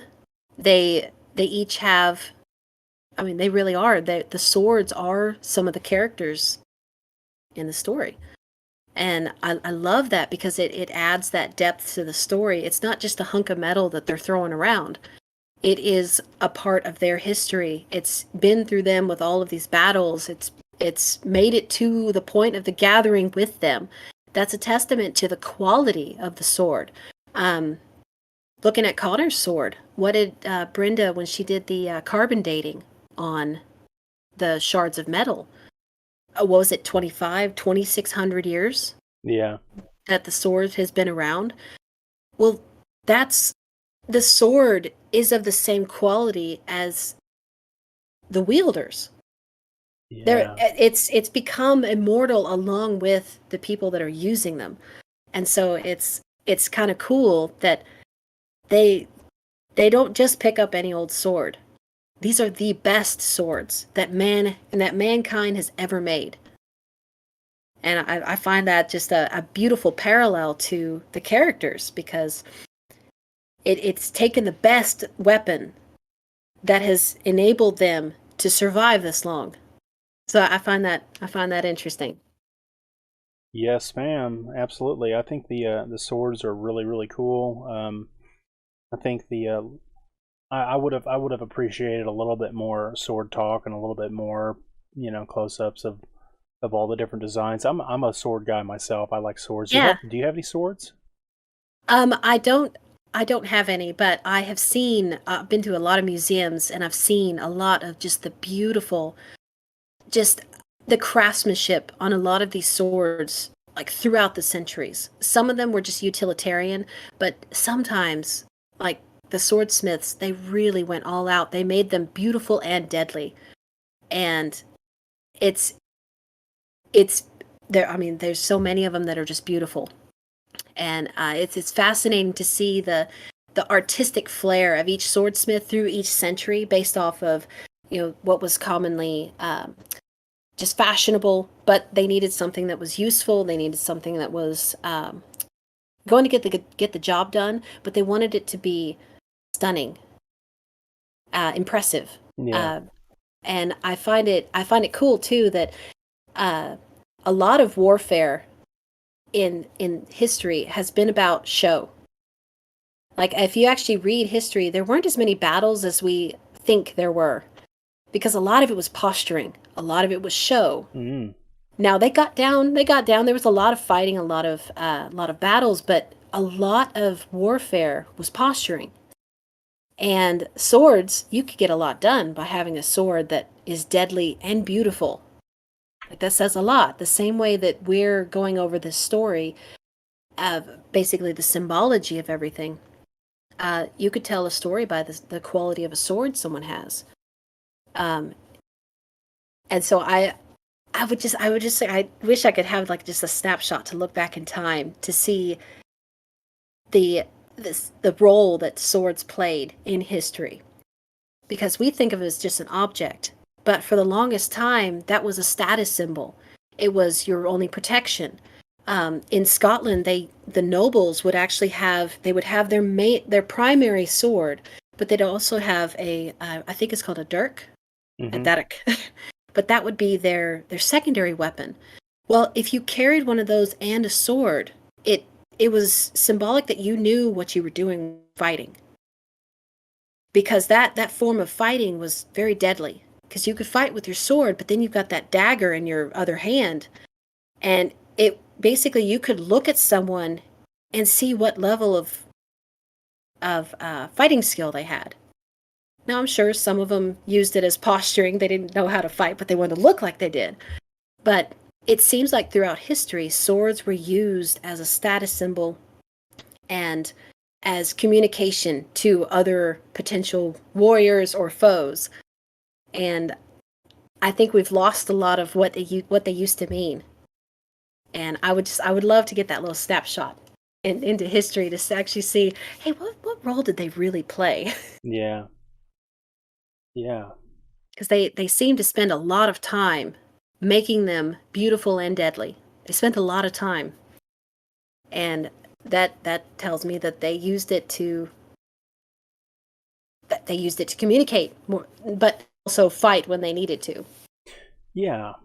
Yeah. Symbols, status, warnings, you know. You don't have to say anything, but if I have a sword, you're probably going to be a little bit tighter lipped. Yes. Yes. Yeah, but then also, like, if you're meeting somebody, they might use the sword as an icebreaker. You know, look at my piece of artwork that I carry on my person. Let me see yours. How's yours different than mine? And you come from a faraway land. You guys do it different than we do over here, or whatever. Yeah. Absolutely. And humans have done communication through what we wear for millennia. Like that's just part of our communication. Now we're more towards clothes than we are weapons and the whole accoutrement. But I just find that interesting that yeah. Oh, I'm kind of fascinated with swords too, even though I don't have any. I do like the beauty of them. Yeah, you should definitely treat yourself and get yourself one, put it up on the mantle, you know. Yeah, that's a great idea. Yeah, my husband would be like, what's this for? We don't have money for that. Yeah. It's like we'll find the money. Yeah. You should get two, one for him, one for you. Hey, there we go. Yeah, treat me, treat him. Yeah. I've got a handful of swords hanging around the house, and my parents have always had swords hanging up on the wall. Yeah. They got I mean, they're not, I think they're really nothing special. Like nothing expensive or from a certain time period or nothing like that. It's just kind of like whatever we found at the flea market, you know. Yeah. But yeah, they have a couple of like barbarian Conan broadswords hanging up on the wall, and a couple of nice Arabian scimitar saber sort of. Yeah, those are pretty cool. Yeah, those are actually, the design on those is very I don't know if flamboyant is the right word. Maybe, but they're beautiful though. And they're beautiful in their flamboyancy. Let's put it that way. I think a lot of cultures throughout time have designed cutting instruments partially for a specific job or duty, but also for the climate and the environment that they're in. I mean, there's like a whole, just like, you know, evolution of people or evolution of animals in a given, the lizards in Madagascar are different than the lizards in South America or whatever. But yes, but each sword design or blade design has a point and a purpose as to why it developed into the state that it's in today. And I think all that stuff for me is very interesting, and I respect all that stuff quite a bit. Yeah, no, and it's cool too because the development of swords has been side by side with humans for centuries, and maybe that's why this movie worked out so well, is because even though we don't carry swords around, like they would be weird in today's society, but that kind of added the ancient feeling to these people. They're very comfortable carrying around swords, even in the modern era where it's odd. Like even the police chief was saying, what? They're two guys fighting with swords? What the heck? Yeah. Even in New York, that's kind of a little odd. Yeah.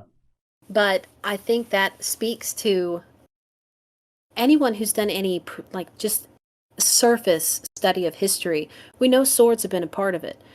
And we've developed alongside of them. I mean, just no pun intended, but hand in hand. And the societies that were the best at sword making survived. The ones that weren't, didn't. So it's been, I mean, that could even be relevant to this story of the craftsmanship of which sword are you putting your life in? Like, which sword are you putting your life in the hands of? And we understand that even if we don't have that understanding on the conscious level, we have it on the subconscious level that we can be talented, we can be gifted, but we're only as good as the things we use to protect ourselves.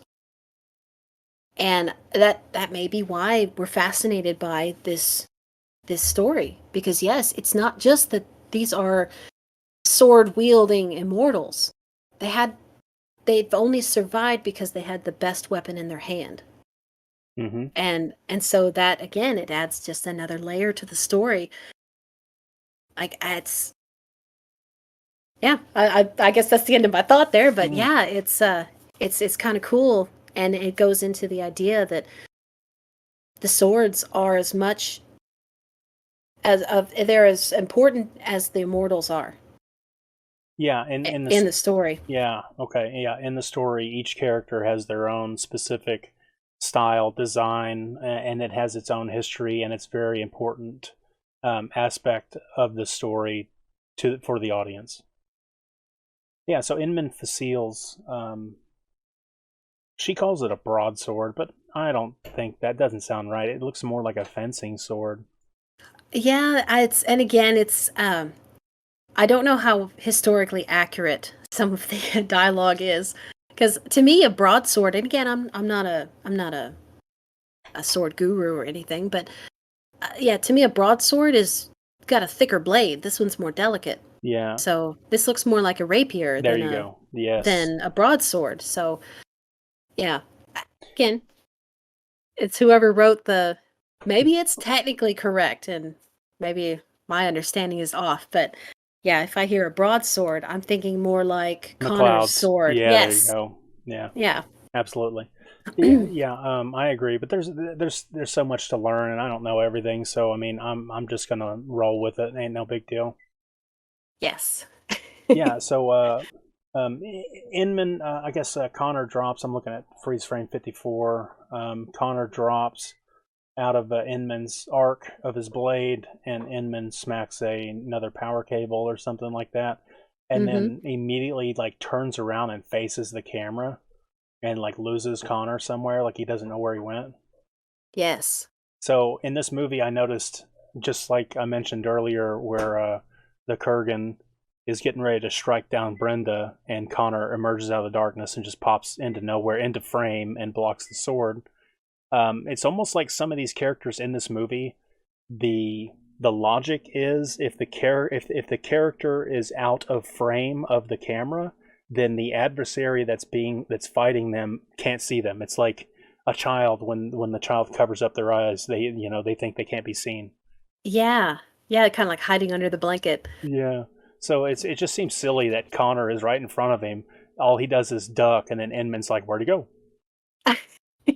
It's one of those logical. Oh, I don't know if this is the correct term, like a logical fallacy or something along those lines. Yeah. To where they expect you to just accept it. Yeah. And maybe they were having suspension of disbelief. Yes, and maybe they were trying to impress upon you that Connor can play shadow games too. He's not as skilled, but he can play them too. And they were having trouble showing that. That's a possibility. Because, that scene is pretty funny. It's like, he was right there. He turns around and, where'd he go? Where'd he go? Where'd he go? But so it is a little goofy at that moment, but... Yeah, well, I take it. When I watch movies like this, it's all serious. It's like I'm in it. I'm part of it. Yeah. So I believe it. I'm sold. They took my money, and I'm on for the ride. It's like I'm absorbed. I'm absorbed. In it. Yeah. So his strike makes a bunch of smoke, and then the smoke triggers a sprinkler system, and then we've got the watery parking garage with the scary lights blinking on and off. Well, and I like this scene because even though we're early on in the movie, they're building the desperation of the situation. they're already in a parking garage. There's already things in the way. There's pipes, like Connor hits that pipe on frame 48. Yeah. There's obstacles in the environment that are inhibiting their fighting. And there's pillars in the way. There's sparks flying everywhere. There's smoke. They can't see. And now the sprinklers have turned on. So they're building the pressure in the scene. So your heart rate, like you could feel your heart rate going up for them because there's more and more obstacles in the way that they have to adapt to as warriors, as fighters. And now there's water. Well, that means they're going to slip. I think Connor even slips on one of the, is it the car hoods, or I forget exactly what he slips on, but it's added another treacherous element to the fighting arena. Yeah. And so now that, yeah. And movement too. So there's more movement going on all around. Mm-hmm. Is the water falling down? Yes. And now there's more noise, which means they can't hear each other as well. So now they can't see, they can't hear, and they can't, like, their senses are systematically being blocked out. And you may not realize it watching it, but I don't know if you've noticed this, but on this scene, you have a tendency to lean towards the screen because you're like, oh my gosh, this is pretty dangerous. Like there's so many things going on right here. Can they see each other? They can't hear each other. What's happening? It's dark. It's smoky. It's watery. Like it's crazy. And there's still sparks flying everywhere. Yeah. And so like I'm just looking at the different scenes, like 57, 58, 59. Yeah. And yeah, the pressure is being applied and you feel it as the viewer. And again, they're using the environment to pull you into the story, to ask you to be a participator in this really chaotic moment. But you feel pulled in because again, they're not bombarding you with a bunch of dialogue. They're showing you this is dangerous. They're showing you this is serious. This is not a game. And it's escalating. Yes. And just and moving through this frame, it just more pressure, just a little bit more. But yeah, which frame are we on now? Because I've mentioned. I feel like we're on 61, so they kind of like faced off against each other, and then Inman decides to run, so now they're in a chase again. Mm-hmm. So now they're moving on to it's escalating even more. Well, now everything's wet. It was easier for in frame 63 and 64. It was easier for Facile to knock Connor's sword out of his hand. Uh-huh. And so, because everything's wet, everything's slippery, so you believe that could have happened. Because if he had just knocked the sword out of Connor's hand, the back of your mind would have said, no, I don't believe that. Yeah. He's too good of a warrior. But looking at the current environment, everything's wet. Like, it's dark. It's wet. Like it's believable that could have happened. The Facile could have gotten that advantage on him. Yeah. Yeah, more intense. The stakes are getting higher. Mm-hmm. Now Connor's at a disadvantage. Yes. And Facile kicks away the Mesamune. I don't know how to pronounce it. I always thought it was Mesamune, but we'll go with however way you want to say it. Yeah. So yeah, Facile kicks away the katana, and then it lands underneath the car nearby. Mm-hmm. And that adds a desperation to the situation as well, because now not only is Connor without a weapon, it's hard to get to if he tries to go and retrieve it. So it's fantastic chain of events storytelling, because now he's running through the dark, but now Facile has a problem. He's made it dark, but now he can't find Connor. Yeah. But he doesn't feel as threatened because Connor doesn't have a sword. So there is even I don't know if there's actually a freeze frame right here. It's where Facile is actually just standing there. It might be between. I think it happens all quite rapidly. Like the Mm-hmm. sword comes to rest underneath the car, and then Connor grabs this wrench pipe. I think is what turns on the fire hose. I don't know why that thing is there like that, but I Yeah, I, that's I imagine it's something that's supposed to break loose the water. So like the valve that controls the water. it's one And of those random tools that I don't think I've ever seen in real life, but we're rolling with it here. yeah, so and when I was a firefighter for a short amount of time, there was a tool that kind of looked like this, but it had like a crowbar end on it. It was called the Hmm. Halligan Yeah, tool, and Halligan tool is pretty cool. I like it quite a bit. It's like a giant sledgehammer crowbar, great for breaking and entering. that sounds actually pretty awesome. Yeah, it would be one of the tools in the zombie apocalypse. I'd want to have that on my waist for sure. It's like, yeah, that is the tool that you must have. And breaking into locked houses, like The Last of Us style. Got to find some Yeah, I mean, supplies. you got to find those last little bit of supplies that are behind the locked doors, and sometimes the shiv doesn't work. Yeah, yeah. There you go. Yeah. So they fight now. So Connor's got this long pipe wrench or pipe or whatever it is, and then they're fighting, and just imagine the damage that's being done to the cutting edge of these swords when they're Oh my clashing like that. gosh. Yes. Um, and it's incredible that yeah, the amount of damage. People think, oh, swords don't take damage. No, they do. Yeah. Every time you hit something with that sharp edge, it's like taking it's like taking a hammer to it, Yeah. and it really does. It damages that sharp edge because that's a very fine edge. It's tapered at the end, but if that tapered end comes in contact with a blunt object, Yeah. even another sword, it's Yeah. going to create a divot. Oh yeah. Yeah. It messes swords up pretty bad. Um, Hmm. And especially hitting a pipe. Oh my gosh. Yeah. Yeah. That metal on that blade is going to be effed. Yeah. But I'd like to point out too, and this frame is from what, frame 69 to when does he get his 71. Mm-hmm. But you notice that Connor is very much on the pardon my French, but oh crap. I'm still at a disadvantage. And this kind of plays homage to the idea that again, they're only as good as the weapons they wield. They Yeah. might be immortal, but they're only as good as the weapons they have. And he's pretty good with a pipe. Obviously, he can protect himself, but he can't go on the offensive with a pipe. His priority is to get that sword back.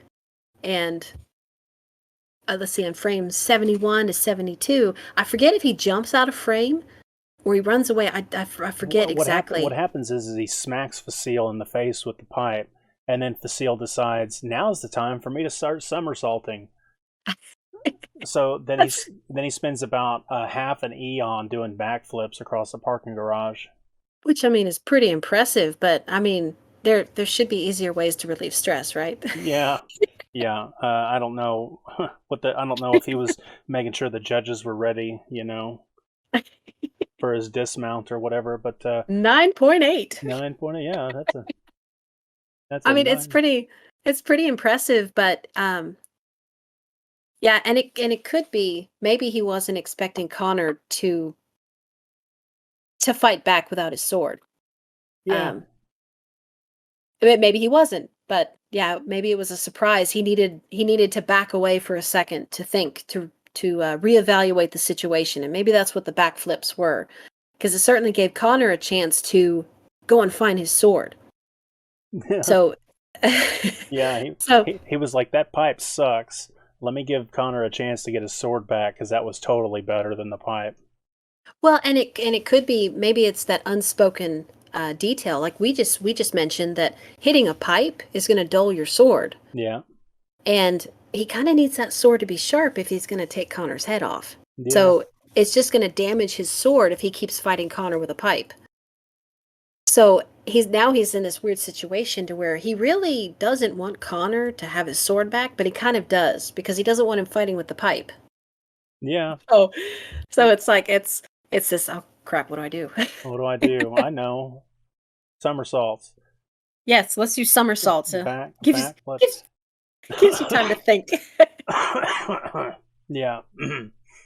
All right, so yeah, Connor dives underneath the car here, and he's reaching for the sword. Frame 78. Facile has done. He's taken a rest on the backflips, and he's looking around, looking for Connor, and then we see a cool shot of the sword. I think the guard thing is called a Suba, if I remember that correctly. Yeah, and I couldn't tell. I couldn't get a close enough picture of it, and I didn't have time to see if I could find a better picture online. But what is the head a dragon? Yes. Or it is a dragon? Yeah, you can find those replica swords on the internet, Sharper Image magazines, whatever. Yeah. This handle has been replicated out the wazoo. I used to have one actually when I was younger. That's cool. Yeah, I don't want to bust off into story time just yet or whatever, but I had one, and the plastic. I wanted a stronger handle because the plastic was just like that. Yeah. It was the dragon head. It's supposed to look like ivory or something like that. And I used to run around and chop leaves and plants and stuff around the acreage that we live on.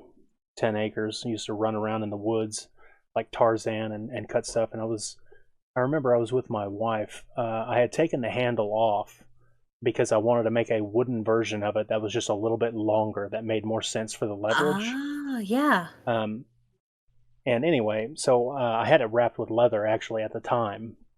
I had some leather strips wrapped around it as the handle, and my wife was out in the woods with me, and she was just kind of admiring nature, and I was Tarzan, swinging by the trees and chopping the leaves and the plants up and pretending. I hope you were using karate noises. I really hope. Yeah, I was doing all of that, and it's sad. I don't know what it was, but it had been developing a crack in the middle of the blade that I was unaware of.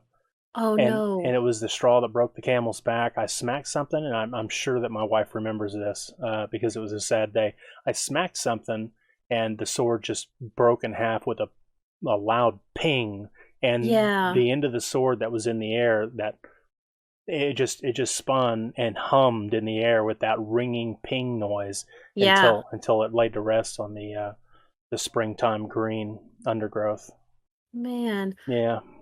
I mean, it's beautiful and tragic at the same time. Like, I mean, if it did have to break, I mean, at least it broke when I wasn't fighting somebody to the death. Yeah, it didn't fail you at a tragic, like a vital moment. I agree. No, but that's unfortunate though, especially since you'd had the sword for a long time. But yeah, it's those they get those hairline fractures in them, and because I used to fence when I was younger. Oh yeah. Yeah, I was a fencer for nearly 9 years, wow. and you would use a sword, and you wouldn't know that fracture was in there. We would visually inspect our blades before every competition, but some of them they're so fine you can't see them with the naked eye, and you would go in there, tip would make contact, the sword the blade would bend, and it would just go bing. And yeah, it's pretty wild because we try to look at the blades and make sure that they're look sound, but yeah, you can't always see where that fracture is. That's impressive. Wow. Yeah. So you're a better sword fighter than I ever was. I just a specific technique. I'll just put it that way. This particular form of fighting, I never participated in, but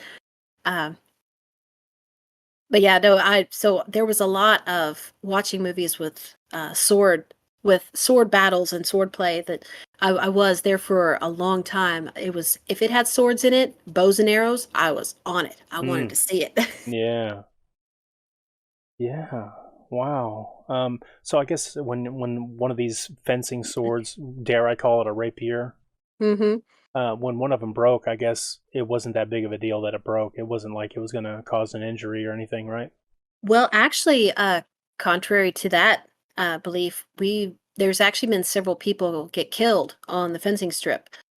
because those blades were moving so fast when we're in the middle of a bout that we actually have to wear Kevlar vests underneath our uniforms. Right.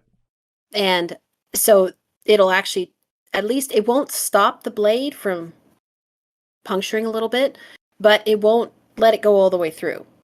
And because there was one kid, this was probably back in, I think 2000, it was either 99 or 2000, that he actually died on the fencing strip because his opponent's blade broke and the blade went right through his chest.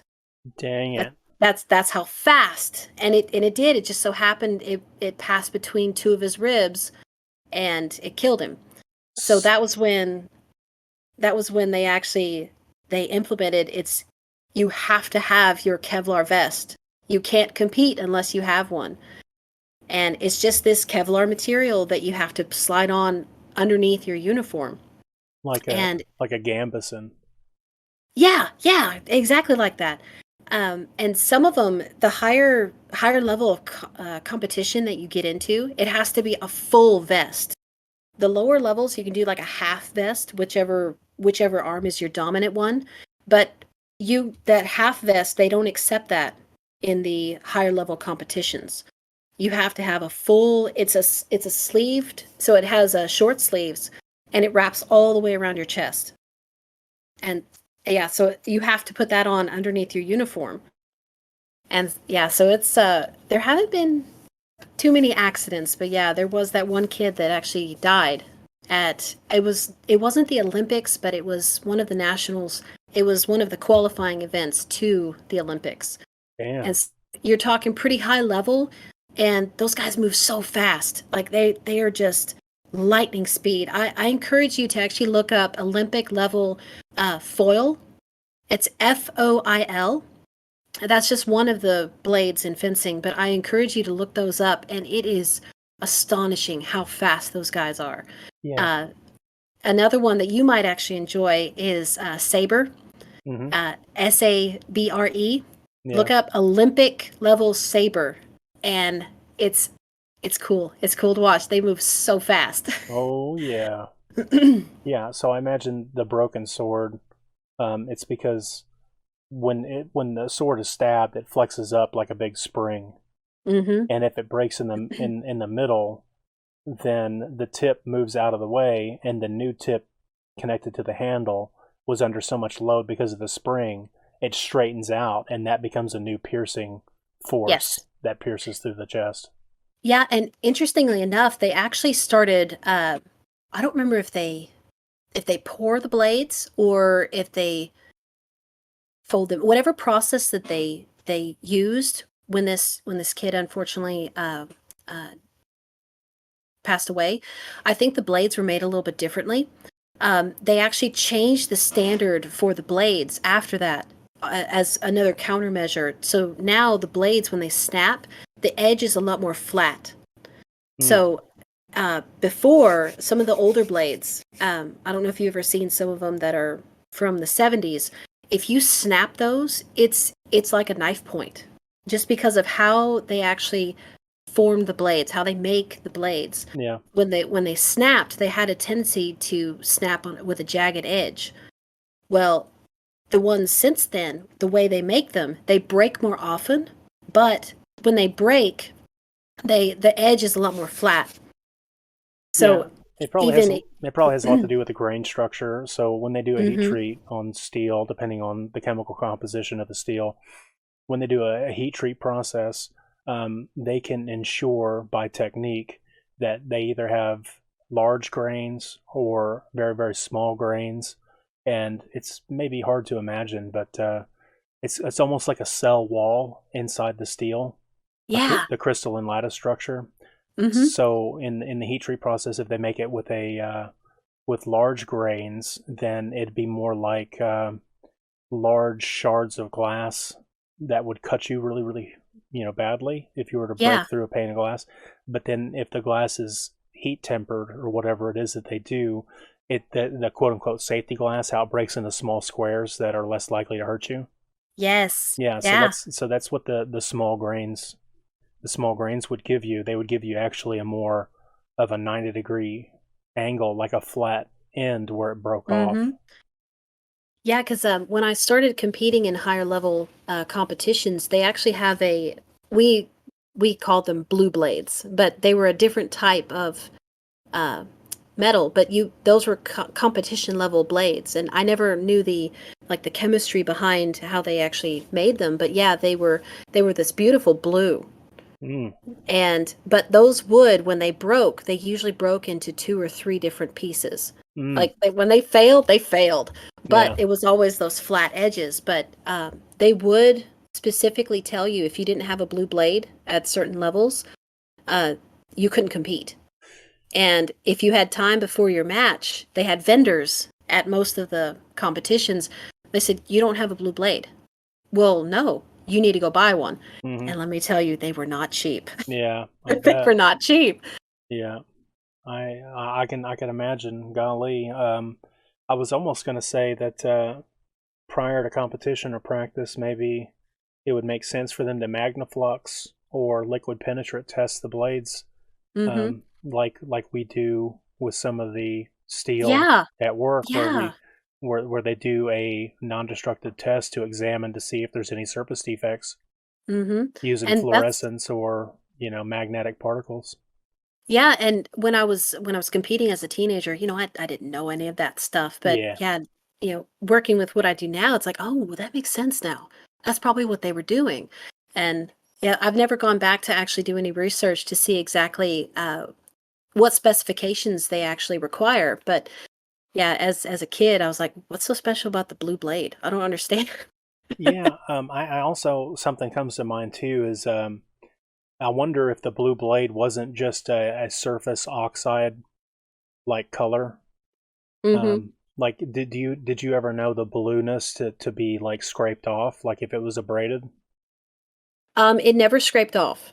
Okay. And again, this kind of stuff isn't my expertise. But I do remember that it did have a bit of a rainbow effect, like that different rainbow coloration closer to the end of the blade. Oh yeah. Yeah, So, okay. So that actually gives me the information that I was needing. For the majority of steel, when you heat it up, after the heat treat and quench, mm-hmm. when you go back and heat it up again to stress relieve the steel, oftentimes you don't heat it up nearly as much, but oftentimes what happens is an oxide layer is formed on the visible outside surface of the steel, and depending on the temperature that the steel gets to is specifically the color hue that appears on the surface.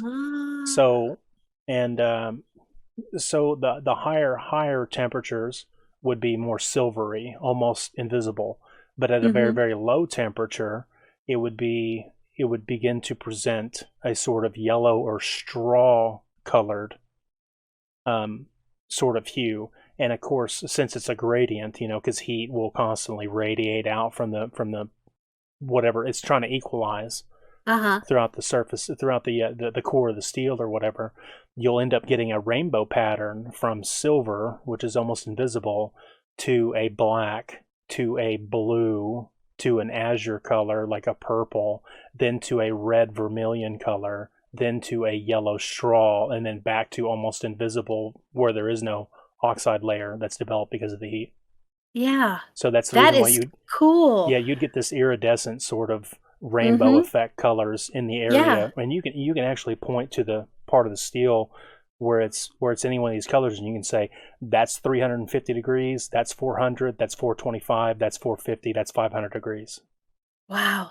That is cool. Yeah, because looking back, I had no idea there was. That's cool. That is cool. Yeah, To actually so have that information now, and based off of the swords I was using. yeah, so when we see, how out on the shop floor every now and again, somebody would take a steel.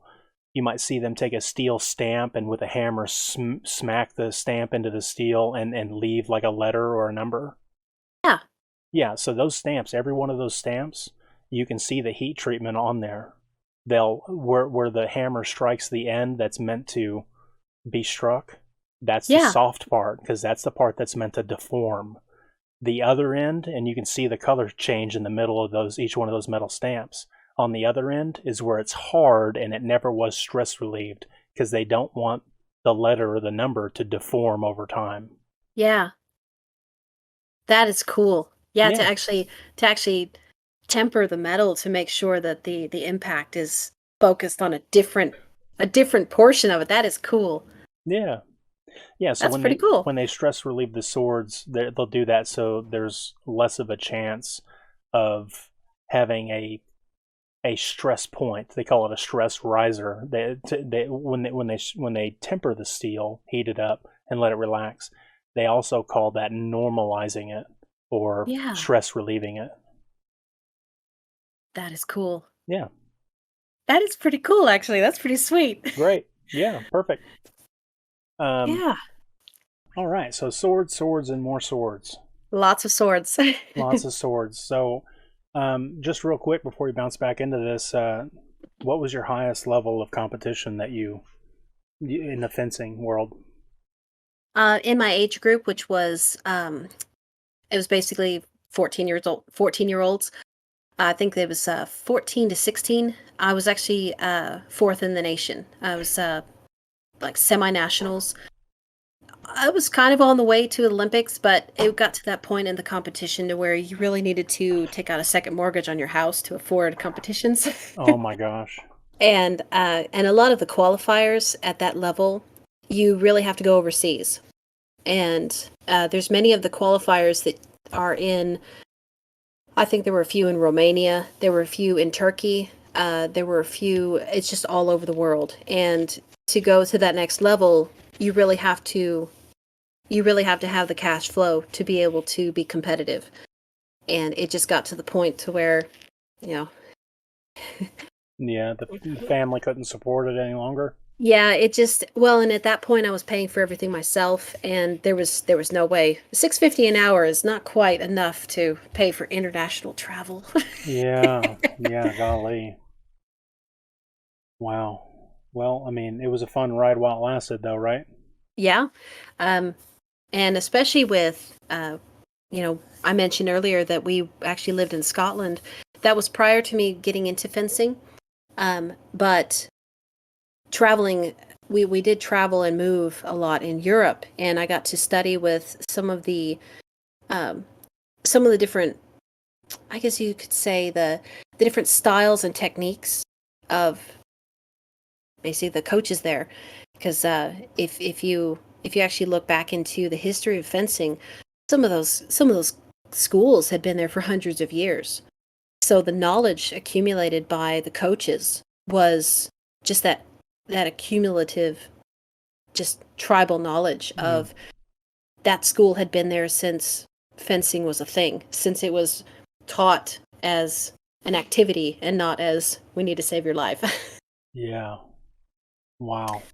Impressive. So, I cuss a little bit, and sometimes it comes out.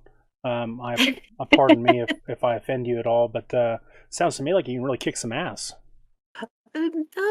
Respectively, possibly in certain situations. Yeah, you give me a sword, then yeah. Then you could lay the hammer on down. It was actually very interesting. Apparently, fencing is considered a martial art. I didn't know this until I was a lot older, but I'd actually participated in a couple of martial arts courses later, just like preliminary. Let's get your feet wet kind of thing. Mm-hmm. And I remember one of the senseis looked at me. He's like, "Have you studied martial arts before?" And I said, "No." He's like, "You move." It was actually kind of a compliment. He's like, "You move like a warrior." I was like, "Wow, I was like, "Wow, that makes me feel really special." So I told him, it's like, the only thing I've ever studied was fencing. He's like, "But that's a martial art." He's like, "The way you move your feet is very similar." Which there you go. So I was like, "Wow, that's pretty impressive." Like, I've never thought of it that way before, but yeah, it's because it does. It's, even though you are fighting with swords, you're incorporating your whole body to be able to compete. You got to. Yeah. Yeah. I don't right. move so much like a warrior anymore. It's been a Yeah. few years. But Yeah, getting older. Yeah, I was only ever pretending, playing warrior, running around the back 40 or whatever with the samurai sword. no, but that still, it takes some skill to, not hurt yourself. So if Yeah. you were actually swinging it proficiently, I mean, it's still it's still an acquired skill, especially if you were doing it on a consistent basis. I mean, I got pretty good there for a little while. yeah. Yeah, I'll tell the story a little bit later on in the podcast here, where I almost got my thumb cut off by a friend of mine. Ooh. Yeah, I was trying to show him how to use a samurai sword, and I wasn't being all that careful. Whoops. Yeah, whoops. So yeah, we have Connor McLeod reaching for his dragon-handled ivory, whatever Ramirez sword, the Mezimune, Mm-hmm. and he finally gets it and drags it to himself, and then that's when Facile pops back out again, and then they go to sword clashing. And this is the climax, I believe, of the sword fight. Mm-hmm.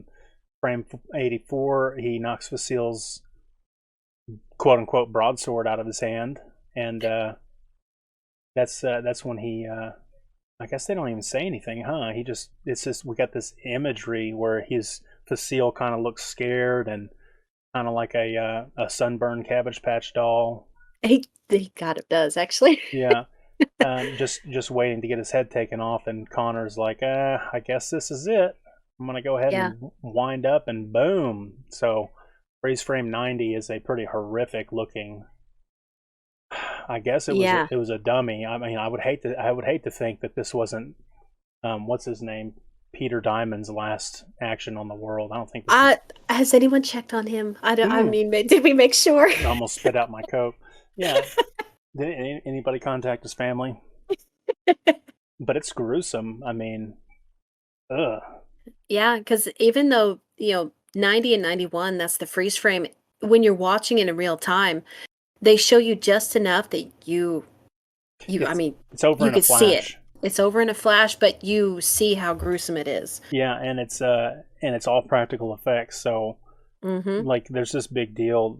There's this big argument in the film watching community and film critiquing community is the CGI does not age well. It almost almost nearly no films do CGI well enough for it to age very well at all.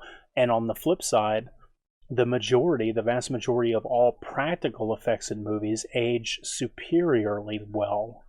Yes. Yeah, so and you can and just a footnote, you can see that with the Lord of the Rings movies. The first 3 that Peter Jackson made, all of that was paper mache. They built models. His goal was to use as little special effects as possible.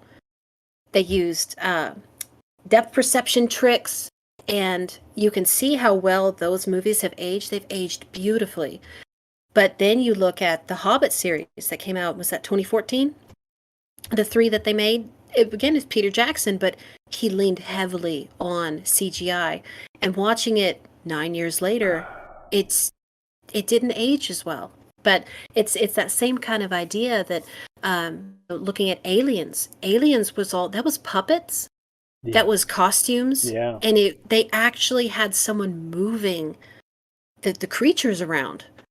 And it just, even though that movie is what now, golly, so Alien was in 70, I forget which year, 78? Yeah, I think so. Yeah, so you're looking at, that's over 40 years ago, but you watch the movie and it's, even now you look at it like, I believe that xenomorph could jump out of the screen. Like, I believe it. And it's just, it's cool. But like looking at this frame here, using a dummy instead of because CGI at this time was not. Yeah. It was not all there.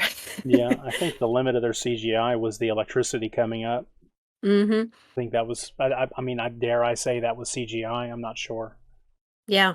Which it probably I mean, I hope it would. The amount of electricity that would have to Yeah, genuinely create the arc. yeah. I think there's a possibility they use different techniques to make the electricity. Like, I don't know, like some sort of film technique where they could scratch it in a certain way and then overlay it on top of the. I don't know. Like, I Hmm. really don't. I really don't know. I need to look into that probably, because I'm fairly sure all of the shadow monster things, the spirits that like at the end of the movie that encapsulate Connor as he's spinning in the air, taking. Hmm. I think all those things were done not with CGI, but with like hand painted animation on frames of celluloid that was Yeah. transparent. So they just overlaid it on top of what they shot.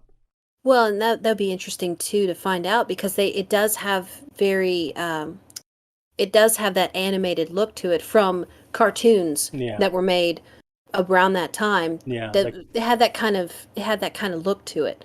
yeah. So what I think they call those cells, like it might have been, I think the different flaps of transparent plastic cells making the animation. Wow. That'd be cool to find that out because Yeah, yeah, then again that shows the time and attention that they put towards this film. You have to go back and relayer everything. yeah, That's after you have the finished product. yeah, So, yeah, the time and attention is extraordinary. But yeah, so yeah. So Connor follows through with his cuts Facile's head off, and then his sword embeds into the concrete, and then he yoinks it out, leaving a big old chunk. I guess some parts of his blade is left in there for Brenda to find later. mhm. Um, 94, we see Facile's spirit, dare I say, his spiritual circuloid and circulatory and whatever systems, like occupying what used to be where his head was, lifting his body up, and then the electricity popping hubcaps off and busting out headlights and making cars go crazy. And then that's when we get the first Connor McLeod has some sort of, feeling deep down inside that makes him scream out in ecstasy or something. I don't know. It's like kind of a confusing emotion. But yeah, but looking at this I like this little chain of events here from 94 to 104 because it really with how early on in the movie it is, it kind of hammers in the idea that this has nothing to do with their physical bodies. This has something to do with an other that is them. Yeah, some sort of spiritual force or something. Yeah, yeah, and so that changes the theme of the movie. This isn't just a bunch of dudes fighting. And so this is where the basically the heartbeat of the film switches a little bit. Well, now we've moved into a mysticism. I was like, oh, okay. Well, that makes sense. That now I understand how they can say they're immortals. I'm watching it. There's something more than their physical body. And it's powerful enough that it pops hubcaps off and starts cars and makes them Yeah. and busts out the remaining lights and Makes them lurch forward. yeah. Yeah. And then they And start sparking and exploding.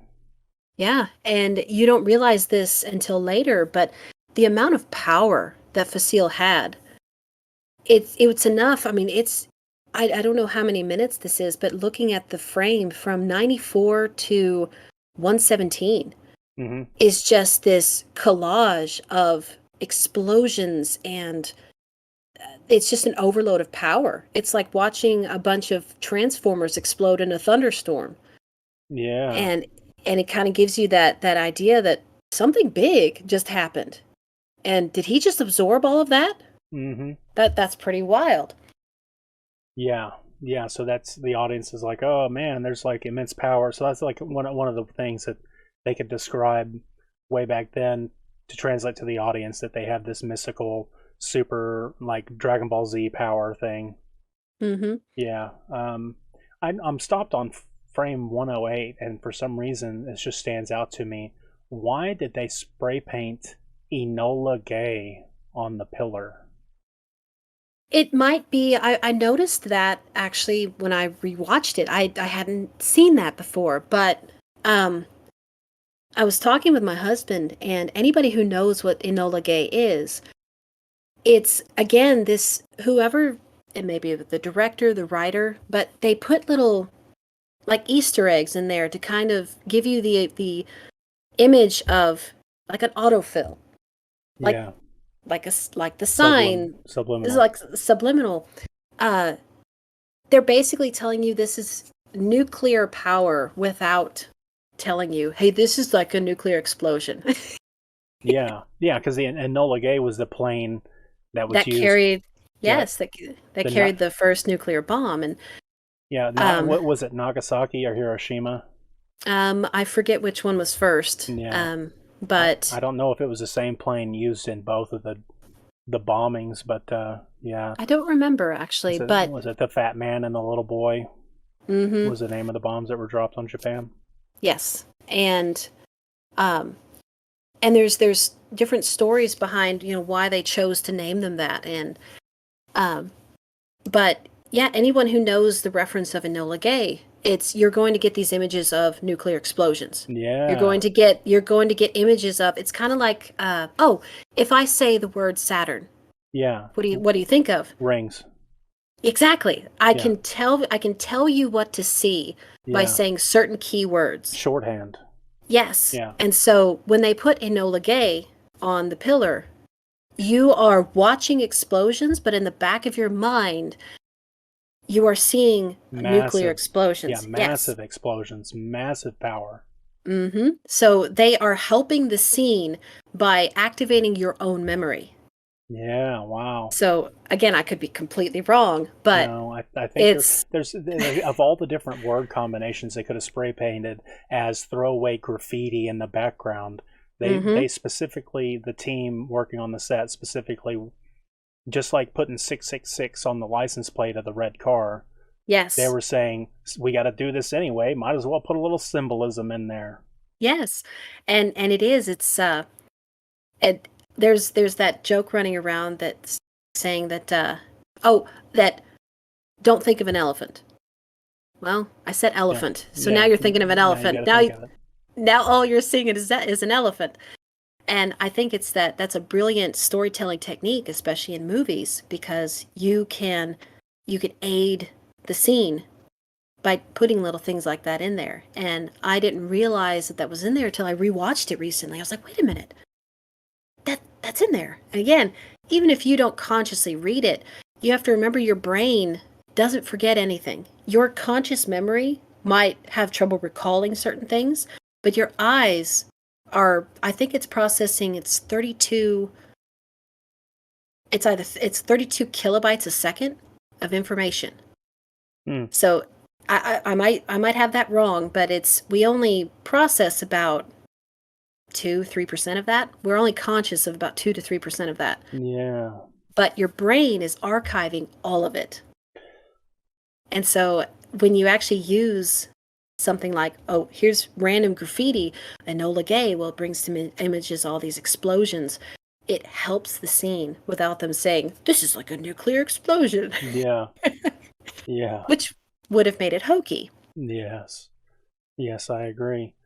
All right, so he absorbs the power and stuff, and basically has the world's best orgasm, and then he falls to his knees, covered in sweat and rain from the sprinkler system or whatever, and we get a shot of the last bit of oil dripping out of the broken cars, and then he runs off with his sword shining, and I'm here on frame 120.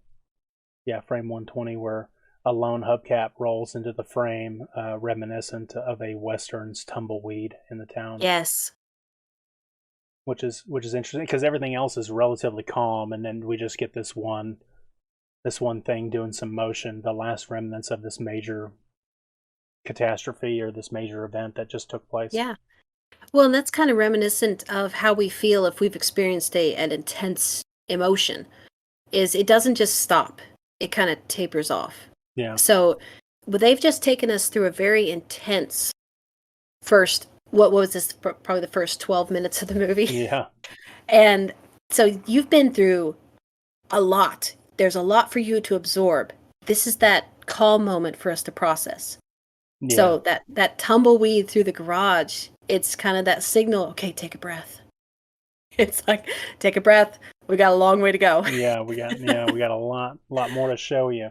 So for some reason, Connor gets the idea that since they just made a bunch of commotion, he's got to stash his sword. Mm-hmm. So he jumps up into a low-hanging overhead fluorescent light and throws it on top of the framework of it, I guess, or whatever. And I imagine too, the unspoken message here is that his sword cannot disappear. It cannot be confiscated. So he has to hide it. He knows that he's probably gonna run into police or somebody. He's smart. He's been around the block long enough to know that he can't just fade into the jungle like they could have done 300 years ago. Yeah. In this modern time, it's harder to get away, especially in the big city. Yes. So that shows some forethought on his part, because that shows you that, like you said, he's been around the block. He understands the chain of events that are about to happen. Yeah. Yeah, so he stashes his sword and then he runs off into the distance. And then we get that really cool transition as the camera pans up and we see him fading into the darkness of the background. The camera pans up and it transitions not to the next level of the parking garage like you would think.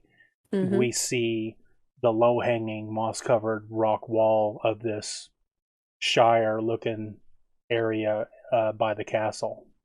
And yes. we've now been teleported back 400 years. Yeah, and I love this transition because, again, it's giving you a chance to process what you've just seen. And it's showing you, again, we don't know how old he is yet. And so moving into, we go from the parking garage to, wow, this is old. It's a long time ago. Yeah. Like there's dirt roads here. Yeah. I mean, the question the audience might be asking themselves is, we just saw two strange people fight each other. One cut the other one's head off. There was a mystical moment where things blew up and stuff, and then he runs away. And now, why am I looking at Scotland? Yeah. I think it even pops up the year in a splash text. It says like 1492 or something like that. Mm-hmm. Yeah, and I think this is the back to earth moment, because sometimes you can get off into the too fantastical in a story. Sometimes you have to bring people back to earth, and this, we are quite literally going back to Connor's foundation in the story. We don't think of it that way, but this is his home. This is where he was born. Yeah. And I love how this is where they decided to not start the story. Yeah. We started the story almost at the end of Connor's journey. Yeah. But we get this massive scene of all this chaos of things that we're coming close to the gathering, but we don't understand what's happening yet. So then they're like, okay, now that we've shown you how dangerous it is, now we're going to take you back a little bit. We're going to slow it down a little bit, and we're going to show you where Connor started. We're just going to, turn the heat down a little bit, take some pressure off. Yeah. The sun is shining. There's excitement. There's drums playing. There's people shouting, and you can tell that it's a war party, but they're energetic. They're energized. They're ready for battle. Yeah. So it's just kind of a cool little transition there. Yeah, completely different atmosphere, different feeling. Everything's green instead of being gritty and broken. Mm-hmm. Yeah. Completely different world. So I'm just going through here now. We see, like, I guess the holy guy at the beginning of the party, of the raiding party or whatever, kind of spouting off some religious stuff, blessing, the people. And then freeze frame 132, we see Connor trying to hype himself up about the battle, and he's riding out there with his cousin Dugan and his friend Angus. Yeah. And it's kind of it's an interesting scene because we just saw Connor just war torn.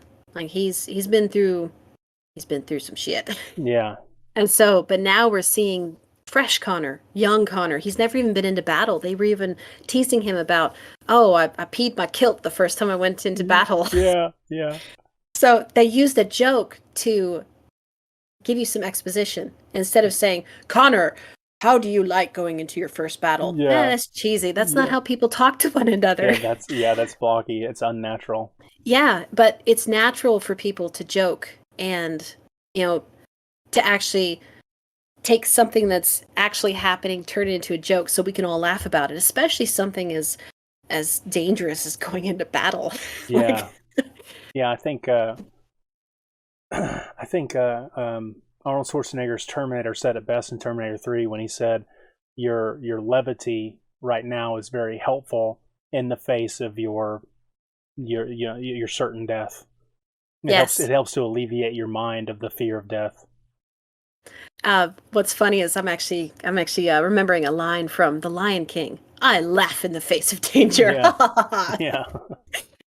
It's that same idea that humans have this wonderful capacity of when we're really stressed, when we are facing something that we may not make it through, we cope with it with humor. Like that's how we somehow build our courage, is with humor. It's something beautiful that we do, and I love it when they actually put it into movies because it adds that realism. Like you believe that these people are real because that's a very human response to, we're about to go into battle and we may not come home, but we're going to laugh about the things we can. It's kind of cool. Yeah. It made it very real. Very believable. I agree. Some people would say, well, that's a part of comedy. That's the category of comedy in the movie. And this may be getting off into the weeds a little bit here, but I say personally, no, this is an action adventure fantasy movie or what have you. It's not a comedy. This isn't part of comedy. No. People being afraid and people being happy and people telling jokes and laughing or people screaming in a rage or whatever, that's just character. That's just things that happen to us in our daily life. That doesn't categorize, because there's a joke, then that means it's a comedy or something. No. I'd be interested to speak with anyone that would call this a comedy. I'd be like, is this in the realm of dark humor? Yeah, well, I mean, there's a lot of people. The thing that like I said, I'm getting off into the weeds a little bit, but when people watch horror movies, there's oftentimes things that strike people as funny, and there's also even a lot of filmmakers that want to inject a lot of comedy into the horror movie, and I just think it's rather silly. Like unless it's done in a believable way, where it's character driven, then it doesn't make sense. And it's just one of those things that I've been kind of struggling with as I go back and rewatch a lot of old movies. Yeah, and it gives us this manufactured feel. It's almost like hearing a AI voice speak. It's not quite right. Yeah, not quite right. It's got that.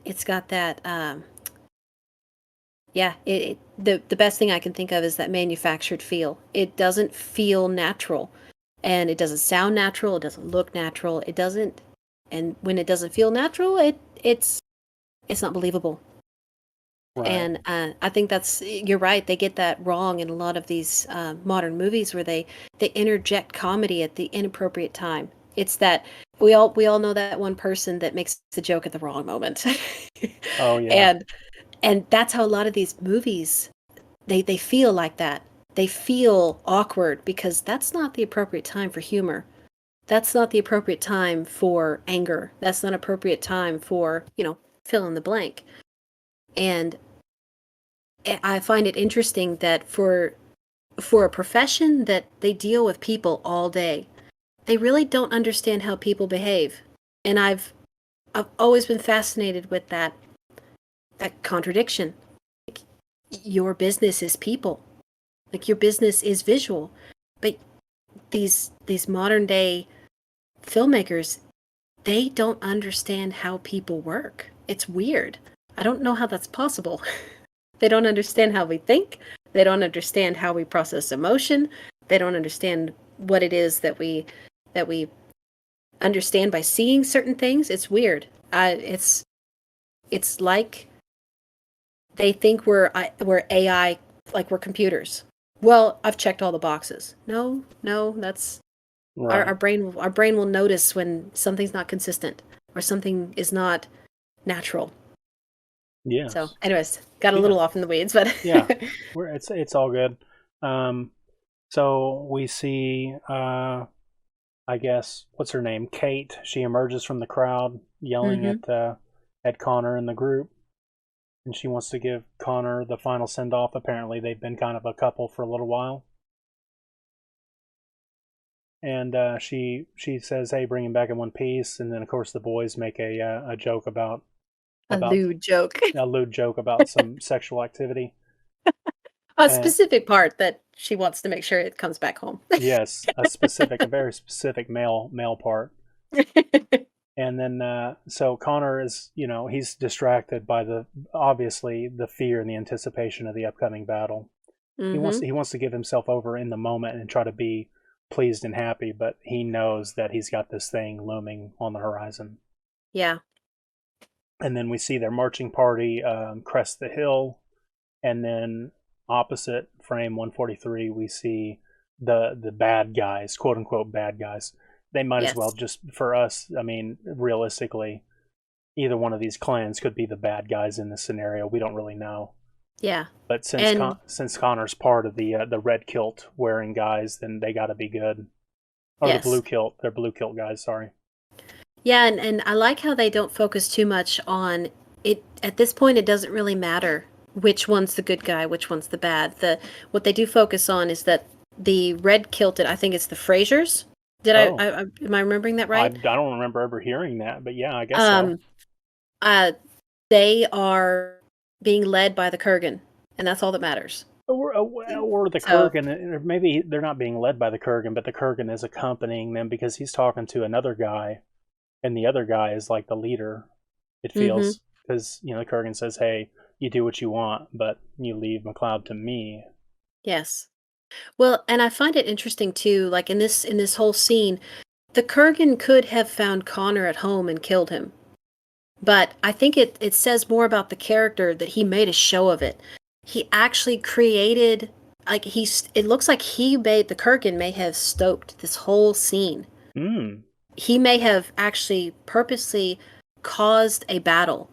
He wanted it looks as if he wanted as much bloodshed as possible, which fits in with the Kurgan. Sure. He wanted He it to be an epic loves moment in his life. yes. But it also adds an importance to Connor that they never explicitly say. There may be something special about Connor that the Kurgan found problematic. Because Ramirez found him and knew that he needed to be trained. So there's this unspoken element that there may be something different about Connor. They're not like they never say it. But the Kurgan thought it was important to kill him when he was young and inexperienced. So again, I might be getting off into the weeds a little bit there, but it does give that sense of there's something different about Connor. There's Yeah. something a little bit more important, but it also speaks to the Kurgan through this whole battle, is that it looks like he stoked a battle between two clans just so he could have his moment to kill Connor out in public in the middle of a battle. Mm. He didn't bother slinking into the village and murdering Connor. He knew Mm. where he was. Mm-hmm. Like Yeah. he even told the opposing clan, "I want McLeod." And they're like, "Okay." Everyone in the clan was familiar enough with the Kurgan that nobody touched him. Like Yeah. this whole scene through the battle. Me. Yeah. Yeah. They're all saying, Connor's saying, "Fight me." Why won't anybody fight me? mm-hmm. And so again, it's left to interpretation as to why the Kurgan thought it was necessary to actually stoke a battle between two families to get to Connor. That's up for speculation, but Yeah. it could just be he loves bloodshed and chaos and destruction that much. Yeah. He's probably just crafting another epic memory for him to reflect on later, maybe. Mm-hmm. But yeah, what would that look like if he would have killed Connor in this battle? Everybody would have, stopped what they were doing and observed some dude getting an electrocution orgasm in the middle of the battlefield. Yes, and it would have made him appear godlike. And that would actually fit in with the psychopathic nature of the Kurgan. They Fed into love his ego. Yes, they love show. They love feeling important. They love feeling powerful. And had he killed Connor in the middle of however many hundreds of people there were on the battlefield, there would have been songs told about him, and he knows that. Yeah. And even his armor seems ethereal, like not of this world. Yeah, And it's so definitely over the top. Yeah, he's building this image of I am your god, basically. And yeah, had he managed to kill Connor on the battlefield, it would have been spectacular. And it would have been frightening to everyone there. Because, yeah, it would have been a lightning show. It would have been the same scene that we just witnessed in the car garage. Yeah. It would have been terrifying to everyone involved. Yeah. Yes, ma'am. All right, so the battle commences. They start fighting. We've already established that Connor McLeod is kind of like, I want to fight too, but nobody wants to fight me. We see a whole bunch of... This is the same battle that we saw intercut at the beginning when he was kind of having the flashbacks. We see a guy getting drowned and dunked in the water. Even the priest guy, the clergyman or whatever he is, he even gets in on the action and he slits a dude's throat. Yeah. Yeah, and then freeze frame 164, he's, doing the whole Catholic cross in the chest. I forget what that's called. Yeah.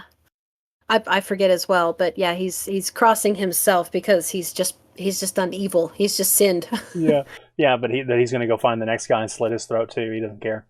They need every man. yeah, they need every man in this battle. So yeah, Connor has got the his iconic short-lived sword that he carries, because we don't get to see it very much, but he's got his McLeod sword, and he's out there getting ready to do some battle, but nobody wants to fight him.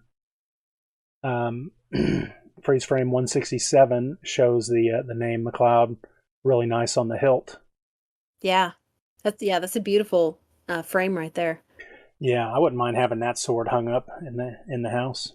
That would be pretty epic. It's like, do you see my McLeod sword? Yeah, let's talk that about is Highlander. mantle worthy. Yeah, totally mantle worthy. I've only got samurai swords. I think I've only got the katanas and stuff on display. Maybe that needs to be your next acquisition. Yeah, if I get a pay raise. Yeah, some of those things are a little expensive. Yeah. So the Kurgan emerges out of the battle and stabs Connor right through the ribs. And then Connor, there's a freeze frame 172. Connor looks like he's pretty epically injured. Good, very well lit too. This is a crispy freeze frame. Yes. Yeah, and I like the parallels between this battle and the one that we just witnessed in the parking garage. Yeah. It's dark, it's kind of smoky, it's misty, and it kind of ties it into why he was having flashbacks in the arena, because there were certain elements that were similar. There's lightning, there's smoke, there's water, there's rain. Like, it's very similar elements to the setting. Yeah, but yet somehow also very different. Like, this is all very organic and natural. Yeah. And the Kurgan looking pretty villainous and stuff in his rattlesnake cat. Whatever that thing is. Yeah, I couldn't figure out what it was, because I looked at a couple of freeze frames, and it's terrifying, whatever it is. yeah, it's meant to definitely be menacing or whatever, but I think it's kind of feline in nature, like a big cat. And also reptilian. Like, if you see the lower mandibles, they're split like a reptile's lower jaw. Like a snake, yeah. A snake unhinges its jaw, yeah.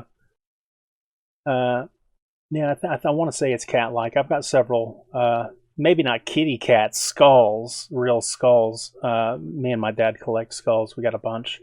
But we do have, like, bobcat. We got a bobcat skull. Their skulls are a little different. Yeah, they're shaped a lot They have a little bit more of a unique look to them. Yeah, we got a couple of skunk skulls, and you wouldn't think it, but they're very cat-like. Oh, I didn't know that. That's interesting. Yeah. Oh, yeah. So the Kurgan twists his sword because he likes to see his opponent in pain, so he's really enjoying messing Connor up. And then cousin Dougal sees Connor go down, and he gives the epic, "I'm coming for you and gonna help out." And I guess him and Angus both run across the battlefield to try to intercept the Kurgan before he can deliver the decapitating blow. And what does Kurgan say here to the audience? There can be only one. Yes, yes, very good. I don't quite have the octave for that, but oh yeah, I haven't been vocally trained, but I'll give it my best. There can be only one. Yeah, it's that was pretty good. Yeah, that was pretty good. I'll work on it. We'll come back to it later. But there's a bunch of lightning happening, and the Kurgan is just about to swing, and then he gets tackled by cousin Dougal and Angus. Mm-hmm. And what happens to him, we'll never know, but apparently they let him go, I guess. Well, and probably what happened, they probably thought they had killed him. Because looking at that scene from like 182 to 184, they're dragging him off frame. They probably stabbed him. They probably thought they killed him. Yeah. But again, these guys don't die unless you take off their heads. Right. So, but it kind of, when looking back on it too, once you've seen the whole movie, you can kind of see he's not worried at all that he's about to suffer pain and death because he's not going to die. Yeah, another time, McLeod. Yeah, he's just conversating. They're dragging him off to kill him. He's like, another time, McLeod. Yeah. But he's very flippant about death. And you see that. Like, he loves showmanship. He loves battle and war and death. And he's very flippant about his own. Because he knows he's not going to die. Yeah, he's cocky. He's brash. Yes. And again, he doesn't say very much. But you understand what and who he is in this little bit of time that you have with him. Oh, yeah. Oh, yeah. And then, I don't know if your version of the movie was like mine, but for some reason, this next scene where it is like the slow pan up and out from Connor as he's bleeding on the ground. Mm-hmm. It's almost like it's like you're blacking out. Yeah. Like the way the yeah, it's like an ethereal kind of like your body is being left behind by your spirit or something. Yes, so they're panning away from that scene and they're bringing the corners in. It's becoming dark. It's kind of like when the vignetting. Like, yes. Yeah, but the quality of this film is like the resolution is so much worse. And I think if your version was like in this scene, if you look at the still frame, look how low resolution it is. It's like real fuzzy.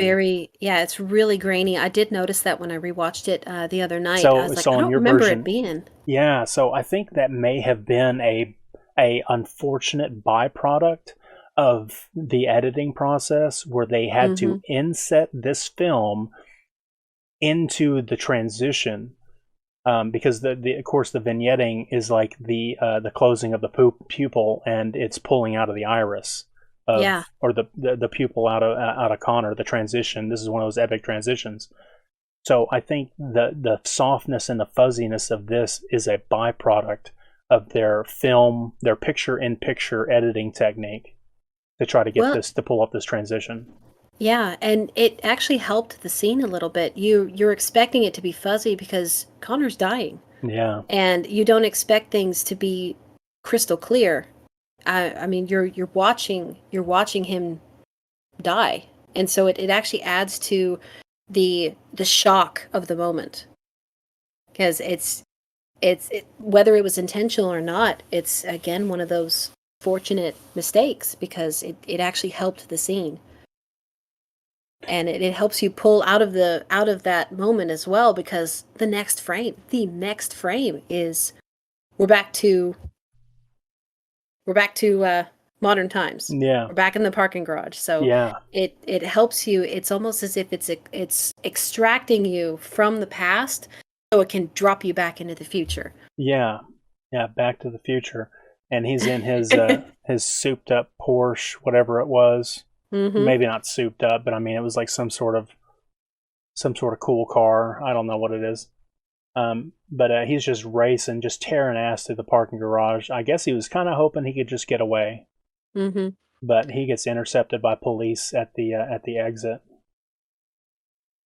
Yeah, and I always thought that was funny. It's like I didn't know that New York police were able to respond that quickly. I think the 80s were a simpler time where they had less, citizen beatings and police brutalities. Less going on. Yeah. It's this is probably the beginning of actually the oppressive nature of police nowadays. Just judging from how they forcibly throw him against the car several times, even though he hasn't done anything.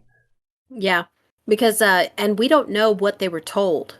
So a lot of this too, it's a very intense situation because we don't know what came across the radio.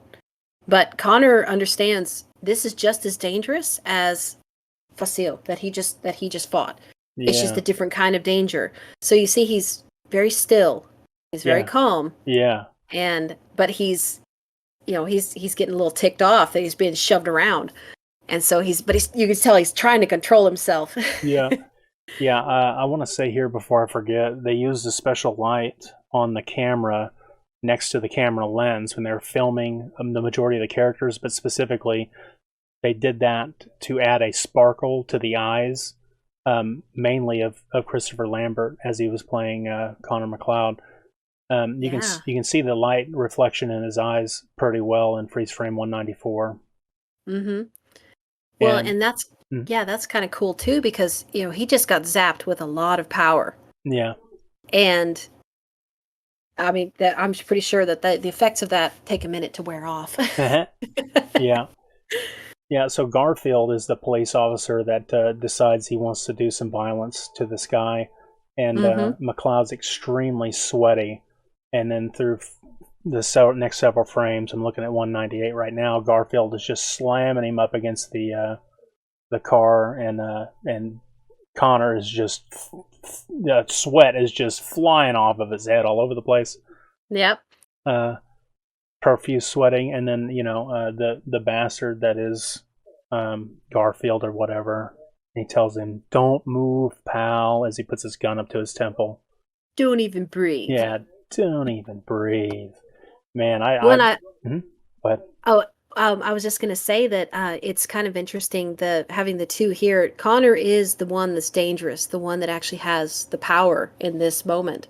But he doesn't want to get arrested because he still has a job to do. Yep. And so this cocky cop is like, yeah, I've got the power, I've got the weapon, I'm the one in control. And the look on frame 200, Connor is like, I could squash you like a bug. Yeah.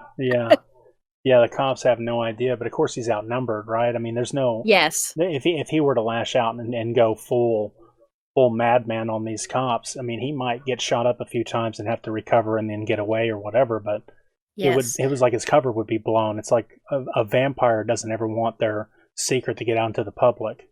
And this is very much like a vampire movie where he's immortal and having a secret life. Yes. Well, and also they explain why he didn't do anything in frame 196 to 200. They immediately explain why it's important he do nothing. From 201 to, what is that, 207? Yeah. They literally show you the problems that arise if humans know you cannot die. Oh, shit. I didn't even notice. I didn't even realize that. Yeah. Yes. So it's beautiful how they place this together because that whole scene with the cops are like, we just saw you kick ass. We just saw you. You could take these cops out if you wanted to, but he's not. Yeah. And they jump right into the reason why. He's having part flashback, part wisdom.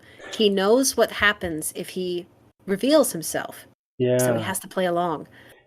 Yeah, this right here is another one of those epic transitions. So like there's a cop that passes in front of the camera, and as he passes in front of the camera, it blocks out the frame enough to show the movement of the camera in the red sunset of the castle. What was it? The Donegan? Island Dunen. That's it. Yeah. But that's kind of a cool shot there because it's the sunset of his mortal life. Yeah. Like it's symbolic of. They did that on purpose for sure. Yeah. But it also explains the previous scene as well because he's dying. Yeah. And he's dying. All the mortals around are like, this is his last moments. Mm-hmm. They're convinced that he's about to die and he's about to join his ancestors. Yeah. And we're like, oh, no, he's not. yeah, because we've seen him in the future. We know that there's something more going on. Mm-hmm. It's still a mystery how they're going to handle this. Yeah. So I guess there's. I want to point out that this may not be an epic transition or whatever, but there's flashes that happen in this scene over Connor, and every flash is a picture that's being taken in the present of the headless Facile. Yes. Yeah, so it does that like 2 or 3 times in rapid succession, and in the last flash we're back to the present time where the cops are looking at Facile's dead body, chalk outline on the ground. Yeah. So it's interesting because I don't know if they meant to imply that something happened that first time that Connor died, because everyone's assumption was that he's got the devil in him. Yeah. Well, maybe something happened that first time he quote unquote died, because he's obviously not recovering the way we see him do later. He's obviously dying. So it's like, is it a case of the first time they die, it's different? We don't know. They don't exactly show us that. Right. But yeah, moving on to the flash, that transition there, it's kind of interesting because they kind of imply that first death was different. Because obviously he's not exactly jumping around. Yeah. Yeah, he was definitely, like, basically he actually did die, but then he came back. Mm-hmm. The filmmakers were shocked to find out that after signing the contract for Christopher Lambert to play Connor MacLeod, that he spoke absolutely zero English. Lambert had just barely learned to speak English when he took the role of Connor MacLeod. Oh my goodness. His only other English-speaking movie at this point had been a movie called Greystoke, The Legend of Tarzan, where he played Tarzan, apparently. But in it, he only spoke a handful of words. So this entire movie, Christopher Lambert was actually learning how to speak English, and he very nearly, it could be argued, that his weird delivery and his accent, like all that stuff of his character, he was only phonetically repeating what he was told to say and actually didn't understand what he was saying. Wow. Like if you taught me how to speak a different language like French or German, I might could repeat the sounds back to you, but I wouldn't know what it is that I'm saying. I could just make the sounds with my mouth. It's incredible because that also adds to the we're actually coming up on the scene where the cop asks him, "Where are you from, Nash?" Yeah. He says something about his accent. Well, that kind of, whether that was intentional or not, which I think you might want to, like, if you're hiring someone for a movie, it's like, did they speak the language that you're going to be filming this in? Yeah. Seems like an important detail. Yeah. But it actually adds to his the feeling that he doesn't quite fit anywhere. Yeah. Like even the cop is saying, "You sound funny, Nash." Yeah. Where are you from? Lots of different places. Yes. And so it adds that element that he's out of time. Yeah. He doesn't fit anywhere. He doesn't belong anywhere. And we see that later where we see all the flashes. So he, born in Scotland, but then, when he finds Rachel, he's in France, I think he said. Yeah. But it's obvious that he has lived in many different places. Yeah. And so it adds that believability. I mean, if you asked anyone, what accent is that? I don't know. It's weird. Yeah. Yeah, it's otherworldly. Yeah, and what's funny is I can actually relate to that, people knowing that you don't belong by your accent. because with us moving around so much, even if you learned the language, the dialect that you're speaking is people automatically know you're not from here, are you? Right. And so it's like we kind of related to that with watching this movie and growing up the way we did, because as soon as you can look the part of being wherever you live, but as soon as you open your mouth, people know you don't belong. And so that kind of adds to this element of Connor tries not to speak very much, because again, it's just adding to what people understand. He doesn't really belong. He's out of time. He's out of culture. He's out of, which I think that's interesting. I didn't know that about him not knowing English. Yeah. That adds to that I don't belong here element. Yes, it definitely worked in their favor for the movie, for sure. I quite enjoyed it. Just an interesting tidbit, Christopher Lambert did his own dubbing for the French language version of the film. Oh, wow. Yeah, since he is French. Is he French or is he Belgian? Oh, I thought he was French. I don't know. I mean, maybe he's Belgian. I'm not sure. Because I thought I had heard he was Belgian, but it's the Belgian language and French is they're very similar. Oh, well, maybe that's what it is then. Yeah, which again, Belgium is tiny, but yeah, I'd have to look that up, because I thought I heard someone say that he was Belgian, but I don't know. Maybe they were wrong. Yeah, I'm not sure. I don't have it stamped in stone over here. But I do find that interesting, because one of the countries that I did practice fencing in was Belgium. When we lived in Holland, the only fencing club that we could get into was in Belgium. And oddly enough, they were able to speak English faster than I was able to learn Belgian. Wow. And my coach was telling me, he said, a lot of the words you use in English, he's like, are very similar to our own. Because it's less like French. It sounds like French, but it's more like English, if that makes sense. I'll take your word for it. Yeah. So, I mean, again, I was just going off of what he was telling me, but I do find that incredibly fascinating that Christopher Lambert, if he is from Belgium, that might explain why he was able to learn English so quickly. Yeah. That's a cool little Man, connection there. Yeah, that's fantastic. That's wild. You're a well-traveled person. That's wild and crazy. Which I can relate to him saying lots of different places.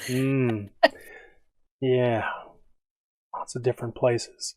So the cop was at 213. The Lieutenant Moran trips over the severed head of the seal and spills his coffee. Yes. Yeah, that's pretty disgusting. And then we get we're introduced to Brenda as well. She goes over to the red sedan or whatever it was, and she finds Facile's sword. And then this is where she tells us and Moran the origin of the sword being ancient and priceless and worth about $1 million.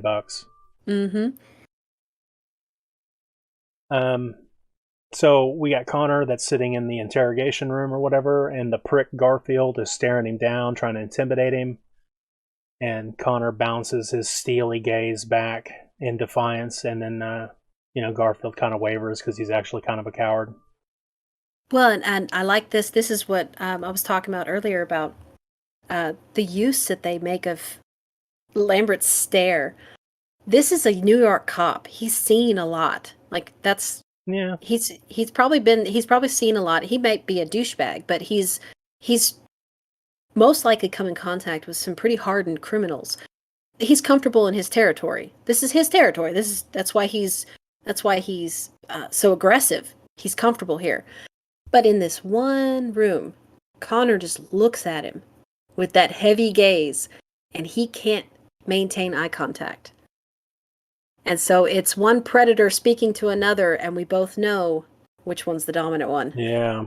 Without saying a word. Yes. Yeah. He establishes, I could have crushed you, and I chose not to. Which, of course, makes the cop a little salty. Yeah. Yeah, Because now... it definitely turns up his attitude. Mm-hmm. It's because that was a power play. We just watched a power play happen in just those few frames from, what was it, 217 to 218 to 222. Is that little snippet right there? That's a power play. Yeah. And again, they didn't say, well, I'm the dominant one. They didn't. Again, that would have been hokey. Yes. But through eye contact and body language, they told you so much more in just those few seconds than had they had 3 minutes of dialogue. Yeah, and I think the reason why Connor's bold enough to stand up and kind of be his own man against the authoritarian police, whatever, is because he believes at this time that they have nothing on him. He was careful enough that they're not going to be able to actually book him with anything. Yep.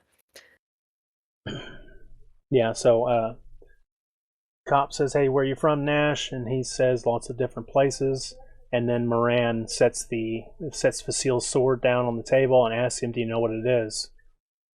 To which Connor replies, "A sword." A sword? He's playing coy. He's like, yeah.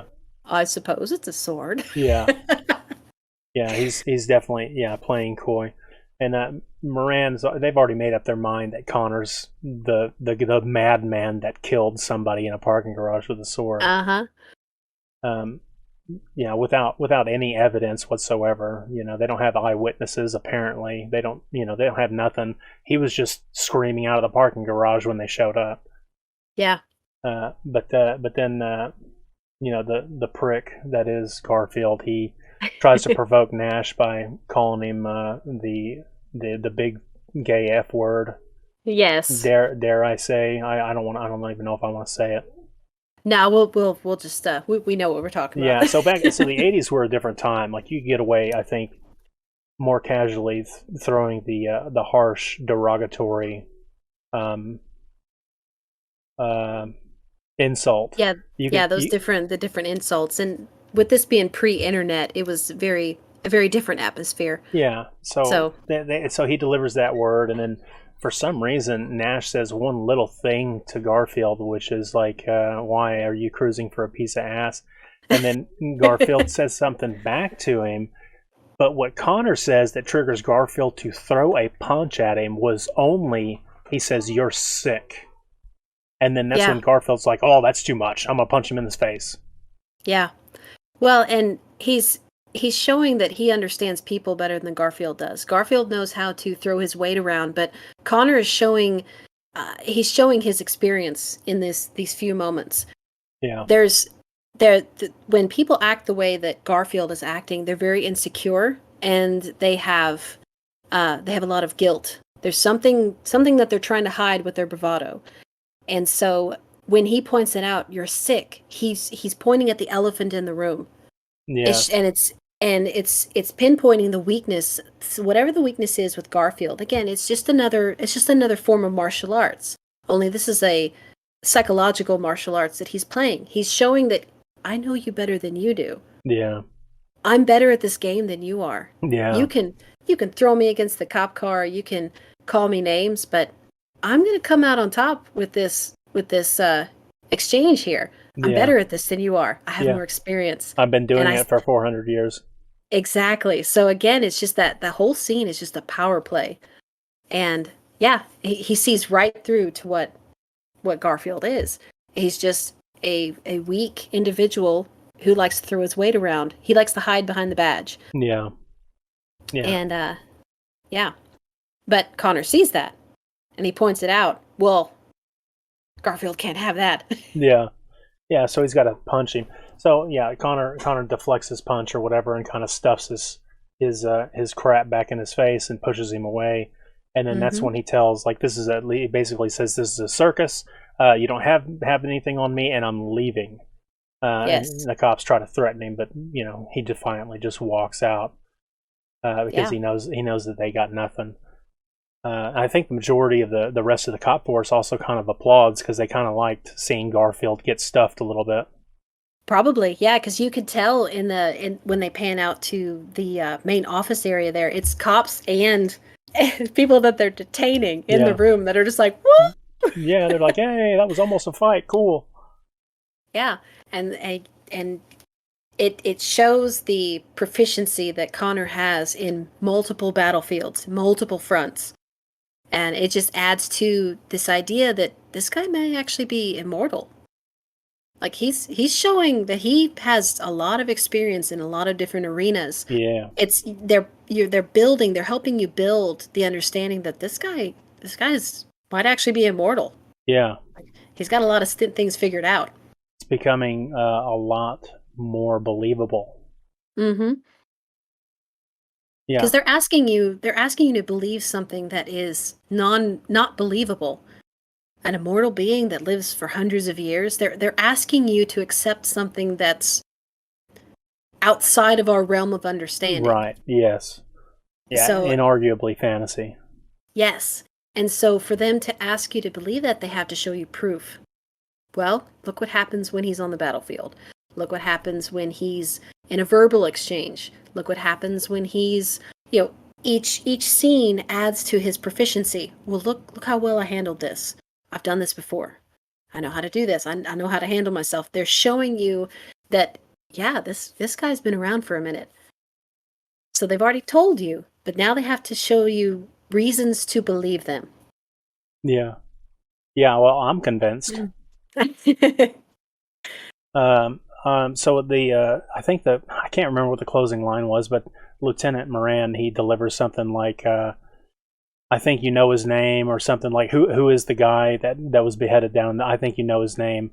And then it cuts to the Kurgan popping a tape in the tape deck of his car as he's presumably on his way from maybe New Jersey, where the last guy got his head taken off, or maybe it's a different place, but he's cruising into New York City. And he says, I know his name. Yes, a man with no name. Yeah. Oh, yeah. That's on the radio. Oh, that's what it is. Yeah, it's on the radio. They say a man with no name was found without a head, and And he's like, I know his name. Because apparently he already devised that Facile lost the battle between. Maybe he could feel it, Well, and it adds to the mysticism of how do they know each other? Like, I don't imagine that the Kurgan would have met Facile without trying to kill him. Right. And I don't think that Facile would have survived an encounter with the Kurgan. So how do they all know each other? I think over the years they hear about each other through each other. I think as they meet up and stuff, it's like one of the things to talk about, Well, and another thing too, maybe maybe a side effect of absorbing your enemies, basically, is that they are acquiring not just their strength, but also their knowledge. So maybe they are aware of one another through the others that they've killed. Wow. So which they kind of imply that's what they're, like, it's supposed to be knowledge. Like, the prize is the ultimate knowledge, but what happens in these other interim battles that they actually take out one another? Like, what exactly are they absorbing? Is it just power? Is it also knowledge? Is it memories? Because it's obvious that Connor's behavior changes slightly after he kills Facile. Well, does that mean that he's absorbing memories? Ooh. Is he, like, we don't know. They don't exactly cover that, but it's a possibility. With all of this stuff that he absorbs, are memories a part of them? Well, if that's the case, then they would know each other's names. Because, yeah, maybe that's how Ramirez and the Kurgan both knew to look for Connor. Maybe it wasn't, because they didn't exactly have the internet in 1539 or whatever year it was. Yeah, they couldn't just look up all the different people that are single on exactly. whatever dating site or something. But maybe they became aware that there was another immortal in this area because of someone else they, quote unquote, absorbed. Possible. That would be an explanation. And it was about this time a squirrel outside decided he too also wanted to be there can be only one and grabbed 2 wires, the wrong wires, and fried his guts straight out of his scrotum, blew him out his ass, and he died, I guess, pretty rapidly and fell into the ditch. As you can see in this short little video here, this is, I guess, the repair of the fusible link that exploded, and my power went out. So that's the punchline, is the podcast cut off because my power winked out, and there was a shotgun blast outside, and then we found out later that there was a squirrel that wanted to dance with the electricity and gain all the power of being the one with the prize, and unfortunately all it gained was being dead, and then we had to sit the rest of the night without power. Yeah, this is, if you like this sort of stuff, give me a like. If you dislike it, give me a dislike. Stay tuned for part 2 coming up in the very near future, and the rest of the podcast with Phoenix, my lovely and smart and intelligent and interested guest Phoenix. Subscribe for future content. Share my video with a pal. It helps me out a whole lot. Leave a comment down below and let me know if we missed anything in this first half. Stay tuned for the part 2 and the conclusion of the Highlander podcast. And until the next time, friends, I'll catch you on the flip-flop.